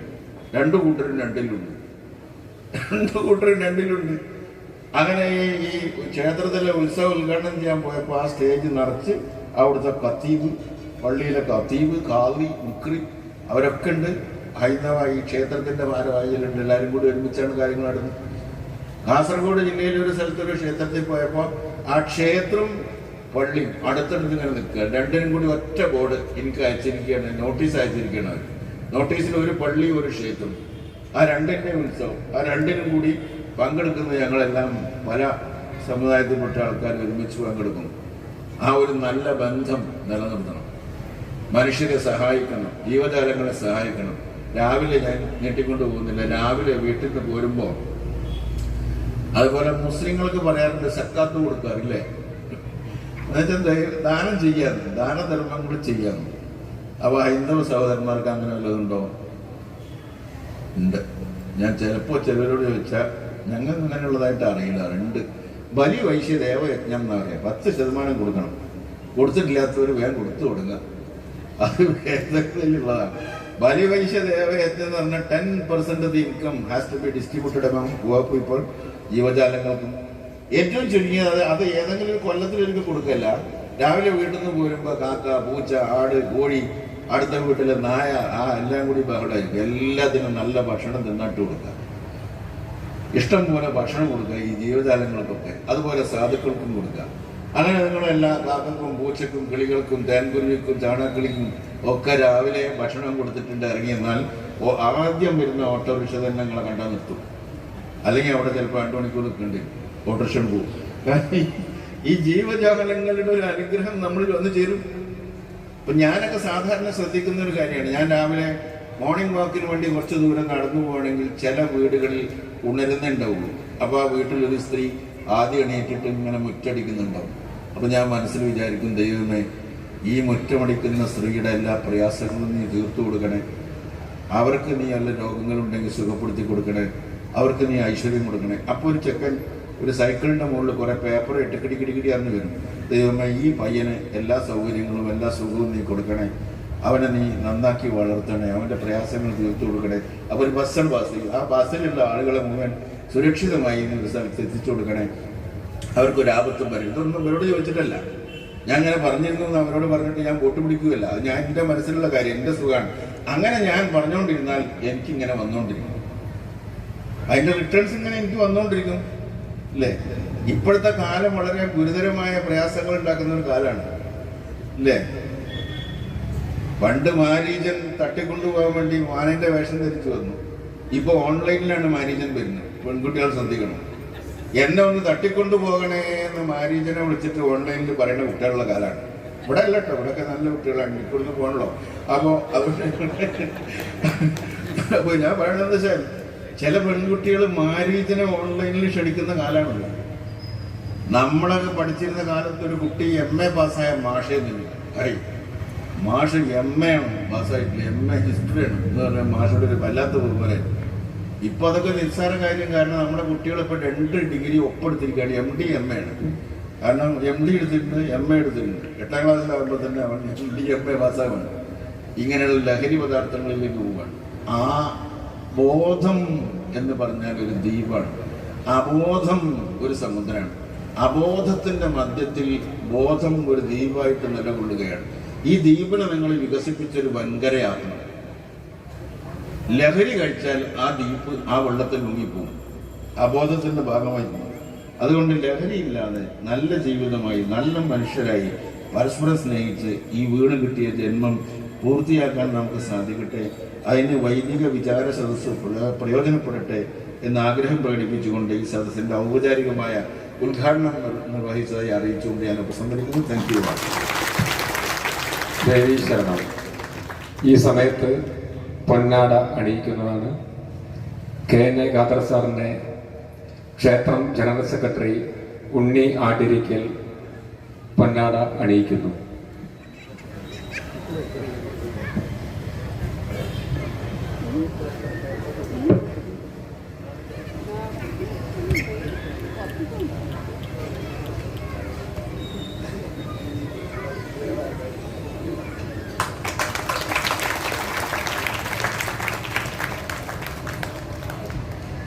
താനൂർ മുനിസിപ്പാലിറ്റിയുടെ ആരാധ്യനായ ചെയർമാൻ അവറുകളെ വൈദിക വിചാര സമിതി പ്രസിഡന്റ് ഹരിദാസൻ അവറുകൾ പൊന്നാട അണിയിക്കുന്നു.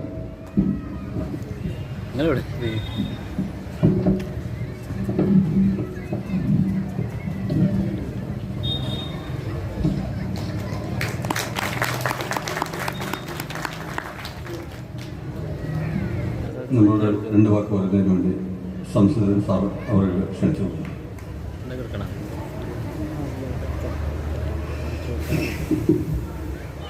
ഏറ്റവും ബഹുമാനാദരം നിറഞ്ഞ ദീർഘനേരം സവിസ്തരമായി നമ്മളോട് സംവദിച്ച പ്രിയപ്പെട്ട ഈ ചടങ്ങിൻ്റെ ഔപചാരിക ഉദ്ഘാടകൻ കൂടിയായിട്ടുള്ള അഡ്വക്കേറ്റ് KNA ഖാദർ, വേദിയിലുള്ള മറ്റ് വിശിഷ്ട വ്യക്തികളെ, പ്രിയപ്പെട്ട നാട്ടുകാരെ, വിശ്വാസികളെ, വലിയ സന്തോഷമുണ്ട് ഇങ്ങനെയൊരു ചടങ്ങിൻ്റെ ഭാഗമായി ഈ സദസ്സിൽ വേദി പങ്കിടാൻ സാധിച്ചത്. നമ്മുടെ താനൂരിന് ചരിത്രപരമായി ധാരാളം പ്രത്യേകതകളുണ്ട്. ആ പ്രത്യേകതയിൽ ഏറ്റവും വലിയ പ്രത്യേകതകളിൽ ഒന്നാണ് ഇന്നത്തെ ഈ വൈദിക വിചാര സദസ്സിൻ്റെ ഔപചാരികമായ ഉദ്ഘാടന കർമ്മം നിർവഹിക്കാൻ പ്രിയപ്പെട്ട KNA ഖാദർ സാഹിബിനെ ക്ഷണിക്കുക കൂടി ചെയ്തിട്ടുള്ളത്. നീണ്ട 18 വർഷമായി വൈദിക വിചാര സദസ്സ് നമ്മുടെ ക്ഷേത്രാണ അങ്കണത്തിൽ നടന്നുകൊണ്ടേയിരിക്കുകയാണ്. വ്യത്യസ്തമായ വിഷയങ്ങളെ അധികരിച്ച് തുടർന്നുള്ള ദിവസങ്ങളിൽ വലിയ പ്രഭാഷകരും പണ്ഡിതരും ഒക്കെ ഈ വേദിയെ ധന്യമാക്കാതിരിക്കുകയാണ്. എനിക്ക് തോന്നുന്നത് ഇനിയൊരു ആശംസാ പ്രസംഗത്തിൻ്റെ തന്നെ ആവശ്യമില്ല എന്നുള്ളതാണ്. ചടങ്ങിൻ്റെ പ്രത്യേകത കൊണ്ട് മാത്രമാണ് ഇങ്ങനെ എഴുന്നേറ്റ് രണ്ട് വാക്കെങ്കിലും പറയണമെന്ന് തോന്നിയത്. ഒരു നഗരസഭാ ചെയർമാൻ നമ്മുടെ മലബാറിലെ ഏറ്റവും പ്രശസ്തമായ ഒരു ക്ഷേത്രാണ അങ്കണത്തിൽ വെച്ച് നടക്കുന്ന ഇത്തരം ഒരു പരിപാടിക്ക് വേണ്ടി ക്ഷണിക്കപ്പെടുകയും അതിൽ രണ്ട് വാക്ക് പറയുക എന്നുള്ളത് കൂടി വലിയ പ്രത്യേകത തന്നെയാണ്. ഞാനിരിക്കുന്ന ദിവസങ്ങളിലെ പ്രഭാഷകർ പോലും ഇത്രയും സവിസ്തരം അത് പ്രതിപാദിക്കുമെന്ന് നമുക്ക് തോന്നുന്നുമില്ല എന്നാണ് എനിക്ക് തോന്നിയിട്ടുള്ളത്. അദ്ദേഹം ഒരു മനുഷ്യൻ്റെ ജനനം മുതൽ മരണം വരെയും ആ മനുഷ്യൻ്റെ ജീവിതകാലങ്ങളിൽ ഏതൊക്കെ തരം പ്രവർത്തികളിൽ ഏർപ്പെടുന്നുവോ അത്തരം എല്ലാ പ്രവർത്തികളെയും വേദവുമായി ബന്ധിപ്പിച്ച് കൃത്യമായി അവതരിക്കപ്പെട്ടിട്ടുണ്ട്. ഇത്രയധികം സാധ്യതകൾ വേദത്തിനുണ്ടായിരുന്നു എന്നതുപോലും ഒരു പക്ഷേ നമ്മളിൽ പലർക്കും ഇപ്പോഴാണ് മനസ്സിലാക്കാൻ കൂടി കഴിഞ്ഞു എന്നാണ് എനിക്ക് തോന്നുന്നത്. ഞാൻ സാഗൂതം അത് ശ്രദ്ധിച്ചുകൊണ്ടേയിരിക്കുകയായിരുന്നു. അദ്ദേഹത്തിൻ്റെ പ്രഭാഷണങ്ങളിൽ ഒരു സമയത്ത് പോലും ഞാൻ അദ്ദേഹത്തിൻ്റെ വാക്കുകളിൽ നിന്ന് വ്യതിചലിച്ചു പോയിട്ടില്ലായിരുന്നു. അതിൽ നിന്ന് ധാരാളം അറിവുകൾ നമുക്ക് ലഭിക്കാനുണ്ടായിരുന്നു. എനിക്ക് തോന്നുന്നു ഈ സദസ്സ് മുഴുവനും അത് അക്ഷരം പ്രതി മനസ്സിലാക്കുകയും അത് ഉൾക്കൊള്ളുകയും ചെയ്താൽ നമ്മുടെ നാട് വലിയ സന്തോഷത്തിന് തന്നെ വലിയ മാതൃകാപരമായ പ്രവർത്തനങ്ങളോടെ നമ്മുടെ നാടിന് മുന്നോട്ട് പോകാൻ കഴിയുമെന്നുള്ളതാണ്. നമുക്കറിയാം, മലബാറിലെ ക്ഷേത്രോത്സവങ്ങൾക്കുടെ തുടക്കം കുറിക്കുന്നത് പോലും നമ്മുടെ താനൂർ ശോഭപ്പറമ്പ് ഉത്സവ ക്ഷേത്രത്തിൽ നിന്നാണ്. അങ്ങനെ ഒരുപാട് പ്രത്യേകത ഉണ്ട് ഇവിടുത്തെ ക്ഷേത്രവുമായി ബന്ധപ്പെട്ട എല്ലാ കാര്യങ്ങളും. ഒരുപക്ഷെ എന്നേക്കാൾ കൂടുതൽ മാലോകരായ നിങ്ങൾക്കൊക്കെ അറിയാൻ കഴിയുന്നുണ്ട്. ആ തരത്തിലേക്ക് നമ്മുടെ മനുഷ്യരെയൊക്കെ ഏകോപിപ്പിച്ച് മുന്നോട്ട് കൊണ്ടുപോകാൻ ഇത്തരം വേദവിചാര സദസ്സുകൾക്കൊക്കെ കഴിയേണ്ടതുണ്ട് എന്നുള്ളതാണ്. വേദമെന്ന് പറഞ്ഞാൽ നമുക്കൊക്കെ അറിയാം, അറിവ് എന്ന് തന്നെയാണ്. ആ അറിവിനെ മനുഷ്യരിലേക്ക് എത്തിക്കാൻ മാറിയ കാലഘട്ടത്തിൽ എല്ലാ ദുർചിന്തകൾക്കും അപ്പുറത്തേക്ക് മനുഷ്യ നന്മയ്ക്ക് വേണ്ടി ഇത്തരത്തിൽ നമുക്ക് ഒന്നിക്കാൻ കഴിയുകയും അതിനനുസരിച്ച് പ്രവർത്തിക്കാൻ കഴിഞ്ഞാൽ നമ്മൾ വലിയ പഴയകാല നമ്മുടെ രാജ്യത്തിൻ്റെ പ്രത്യേകത എന്തെന്ന് വെച്ചാൽ സനാതന ധർമ്മം എന്നിവിടെ പ്രിയപ്പെട്ട പ്രഭാഷകൻ പറഞ്ഞിട്ടുണ്ടായിരുന്നു. അതിനും അപ്പുറത്ത് ഏറ്റവും വലിയ സംസ്കാരത്തിന് ഉടമകളായിരുന്നു നമ്മൾ എന്നുള്ളതൊരു യാഥാർത്ഥ്യമാണ്. ലോകം മുഴുവനും അതിനെ ശ്രദ്ധിക്കുകയും അതിനെ പുൽകാൻ ശ്രമിക്കുകയും ചെയ്തിട്ടുണ്ട്. അതേപോലെ തന്നെ ലോകത്തിൻ്റെ എല്ലാ സംസ്കാരങ്ങളെയും സംസ്കൃതികളെയും നമ്മളിലേക്ക് ആവാഹിക്കുകയും അത് നമ്മളിലൂടെ ഇഴകിച്ചേർന്ന് നേരത്തെ സൂചിപ്പിക്കപ്പെട്ട എല്ലാ മഹർഷിമാരും ഉദ്ബോധനം ചെയ്ത എല്ലാ പ്രവൃത്തികളെയും സമന്വയിപ്പിച്ച് നമ്മുടെ രാജ്യത്തിന് മുന്നോട്ട് പോകാൻ കഴിഞ്ഞിട്ടുണ്ട്. അതുകൊണ്ടാണ് ലോകത്തിലെ വൈദേശിക ശക്തികൾ മുഴുവൻ അധീശത്വം സ്ഥാപിക്കുന്നതിന് വേണ്ടി നമ്മുടെ രാജ്യത്തെ തന്നെ തിരഞ്ഞെടുത്തു എന്ന് നമ്മൾ മനസ്സിലാക്കണം. അത്രയേറെ വിഭവസമൃദ്ധമായ എല്ലാം കൊണ്ടും അനുഗ്രഹിക്കപ്പെട്ട ഒരു നാടായിരുന്നു എന്നുള്ളതാണ്. അപ്പോൾ ഈ നാടിന് ആയുർവേദത്തെക്കുറിച്ച് എൻ്റെ പ്രിയപ്പെട്ട KNA ഖാദർ സാഹിബ് ഇവിടെ പറഞ്ഞതുപോലും നോക്കൂ, ഒരു ഉപവേദമായിരുന്നു എന്നും അത് വേദങ്ങളിലൂടെയാണ് അത് പുറത്തു വന്നതെന്നുള്ള രീതിയിലേക്ക് കൃത്യമായി നമുക്ക് മനസ്സിലാക്കി തരാനൊക്കെ ഉണ്ട്. അപ്പോൾ ഞാൻ ഇനിയും എന്തെങ്കിലുമൊക്കെ പറഞ്ഞു പോയാൽ ശരിക്കും പറഞ്ഞാൽ പോലെ അത്ഭുതത്തോടു കൂടി നമ്മളൊന്നിങ്ങനെ ചെറിയ തരത്തിലുള്ള ഒരു സദസ്സൊക്കെ പൊതുവെ നടക്കാറ് ആശംസ ആദ്യം നടത്തിക്കുന്നുള്ളത്. മുഖ്യ പ്രഭാഷകൻ പ്രഭാഷണം നടത്തുന്നത് നമുക്കൊക്കെ ഞങ്ങളെപ്പോലെയുള്ള ആളുകൾ ആശംസക്കാരൊക്കെ മാറ്റി നിർത്തിയതിന് ശേഷമാണെന്നുള്ളത്. പക്ഷെ ഇവരുണ്ടായിരുന്നൊരു പ്രത്യേകത ആശംസ ഒക്കെ ഇതിന് ശേഷം വെച്ചു എന്നുള്ളതാണ്. അപ്പം അത്ര ആശംസകളെ പോലെയുള്ള ആളുകൾ പോലും കൃത്യമായി ആ മുഖ്യപ്രഭാഷണം ശ്രമിക്കാനുള്ള അവസരം ഉണ്ടായിട്ടുണ്ട്. എൻ്റെ പ്രിയപ്പെട്ട സംഘാടകരോട് പറയുന്നത്, നമുക്ക് അന്യം നിന്ന് പോയ കൈവിട്ടു പോയ ഇത്തരം സംസ്കാരങ്ങളെ ഊട്ടി ഉറപ്പിക്കുന്നതിന്, അതിനെ മുറുകെ പിടിക്കുന്നതിന് ഇത്തരത്തിലുള്ള സദസ്സുകൾ ഈ തരത്തിലേക്ക് കൊണ്ടുവരാനൊക്കെ സംഘാടകർ ശ്രമിച്ചിട്ടുണ്ടെങ്കിൽ തീർത്തും അഭിനന്ദനീയമായ ഒരു കാര്യമാണ്. മാത്രമല്ല ഇത് വലിയൊരു പ്രചോദനമാകേണ്ടതുണ്ട്. നമ്മുടെ സമൂഹത്തിന് നൽകുന്ന വലിയൊരു സന്ദേശമുണ്ട്. മാനവികത ഉയർത്തിപ്പിടിക്കുന്നതിന് വേണ്ടി കൃത്യമായ രീതിയിലുള്ള പ്ലാൻ ചെയ്തു പോകലാണ് ഈ വിചാരവേദി എന്നുള്ളത്. ഇതെല്ലാവരും മനസ്സിലാക്കണമല്ലോ. നമ്മുടെ സംസ്കാരം എന്തായിരുന്നു? ഹിന്ദു എന്നുള്ളത് വലിയ സംസ്കാരത്തിലൂടെ ലോകത്തിനെയൊക്കെ ഞെട്ടിച്ച അറബികൾ ഇവിടെ ബിസിനസ്സിന് വേണ്ടി വന്ന നമ്മുടെ കടലിന് അറബിക്കടലെന്ന് പേര് നൽകുന്നത് പോലും അവരിവിടെ ബിസിനസ്സിന് വേണ്ടി വന്നതാണ്. അവർ മാത്രമാണ് നമ്മളെ കീഴടക്കാതെ പോയ ഒരു വിഭാഗം എന്നുള്ളത്. ബാക്കി എല്ലാ ആളുകളും, ബാക്കി വന്ന എല്ലാ വൈദേശിക ശക്തികളും നമ്മളെ കൃത്യമായി കീഴടക്കി നമ്മുടെ സമ്പത്ത്, നമ്മുടെ എല്ലാ മൂല്യങ്ങളെയും അവർ കവർന്നു കൊണ്ടുപോവുക തന്നെ ചെയ്തിട്ടുണ്ടായിരുന്നു. അതിന് വിരുദ്ധമായി പ്രവർത്തിച്ചത് ഞാൻ നേരത്തെ പറഞ്ഞു പോയിരുന്ന അറബികൾ മാത്രമാണ്. എന്നാലോ ഇത്തരത്തിലുള്ള എല്ലാവരെയും സ്വീകരിക്കാനുള്ള വലിയ വിശാലമായ മനസ്സ് നമ്മുടെ രാജ്യത്തെ അന്നത്തെ നമ്മുടെ മുൻഗാമികൾ നൽകി എന്നുള്ളത് കൊണ്ടാണ് അവർക്കൊക്കെ നമ്മളെ കീഴ്പ്പെടുത്താൻ കൂടി സാധിച്ചിട്ടുള്ളത്. അപ്പം അതിൽ നിന്നൊക്കെ നമ്മൾ മോചനം നേടി നമ്മൾ വലിയ സ്വാതന്ത്ര്യം ആസ്വദിച്ചു കൊണ്ടേയിരിക്കുകയാണ്. പക്ഷേ ഈ സ്വാതന്ത്ര്യം ആസ്വദിച്ചു കൊണ്ടുപോകുന്ന ഒരു കാലഘട്ടത്തിൽ നമുക്ക് മാത്രമുണ്ടായിരുന്ന പ്രത്യേകതകൾ ഉണ്ടായിരുന്ന വലിയ സംസ്കാരത്തിൻ്റെ എല്ലാ മൂല്യങ്ങളും എവിടെയോ വെച്ച് നഷ്ടപ്പെട്ടുകൊണ്ടേയിരിക്കുകയാണ്. ആ മുറിഞ്ഞു പോയ അല്ലെങ്കിൽ നഷ്ടപ്പെട്ടു പോയ ആ മൂല്യങ്ങളെയൊക്കെ തിരികെ പിടിക്കാൻ ഇതുപോലെയുള്ള മുഴുവൻ സഹോദരങ്ങളെ ഈ തരത്തിലേക്ക് വേദങ്ങളുടെ മൂല്യവും അതിൻ്റെ തത്വവും അതിൻ്റെ സന്ദേശമൊക്കെ നമ്മളിലേക്ക് എത്തിക്കാൻ കഴിയുക എന്നുള്ളത് വലിയ നേട്ടം തന്നെയാണ്. തുടർന്നുള്ള ഈ കാലഘട്ടത്തിൻ്റെ പോക്കിനൊക്കെ നന്മയിലേക്ക് മാത്രം നയിക്കാൻ ഇത്തരത്തിലുള്ള വേദവിചാര സദസ്സുകൾക്ക് കഴിയട്ടെ, അനസ്യൂതം അത് തുടരട്ടെ എന്ന് പ്രാർത്ഥിച്ചുകൊണ്ടും എന്നെ ഇതിന് ക്ഷണിച്ച ഇതിന് സംഘാടകരോട് എൻ്റെ നന്ദി കൂടി അറിയിക്കപ്പെട്ട് ഈ വൈകിയ വേളയിൽ എല്ലാവിധ വിജയാശംസകളും നേർന്നു നിർത്തുന്നു. നന്ദി. ജയിക്കും.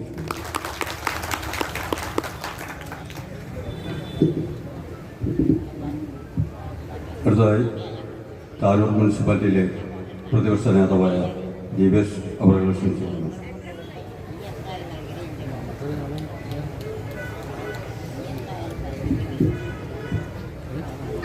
ഉദ്ഘാടന ഭാഷണം കൊണ്ട് ഈ വേദിയെ ധന്യമാക്കിയ ശ്രീ കെ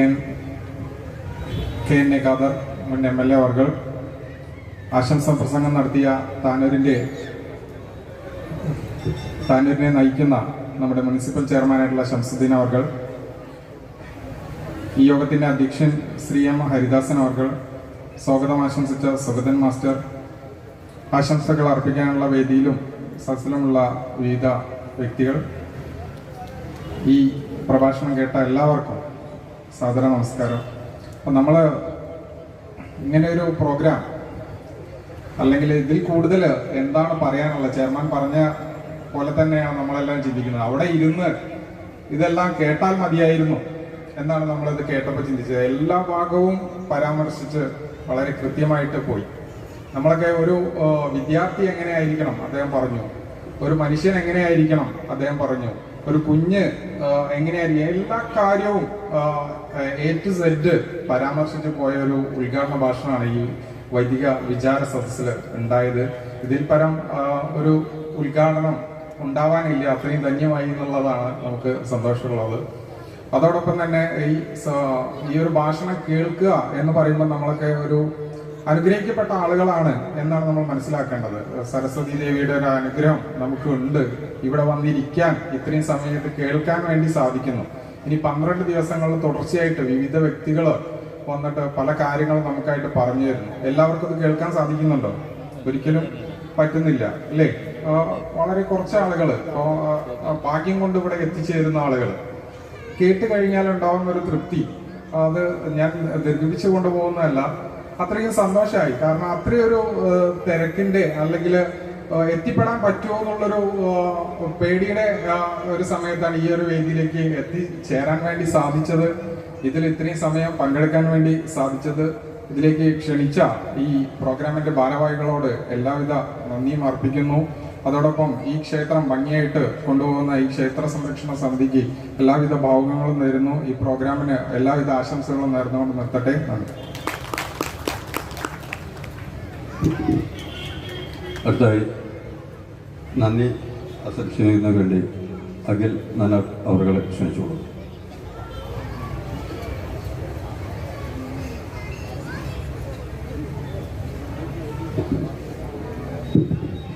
ദേവീശരണം. വേദിയിലും സദസ്സിലും ദുഷ്ടരായിട്ടുള്ള മഹത്വ്യക്തികൾക്ക് നമസ്കാരം.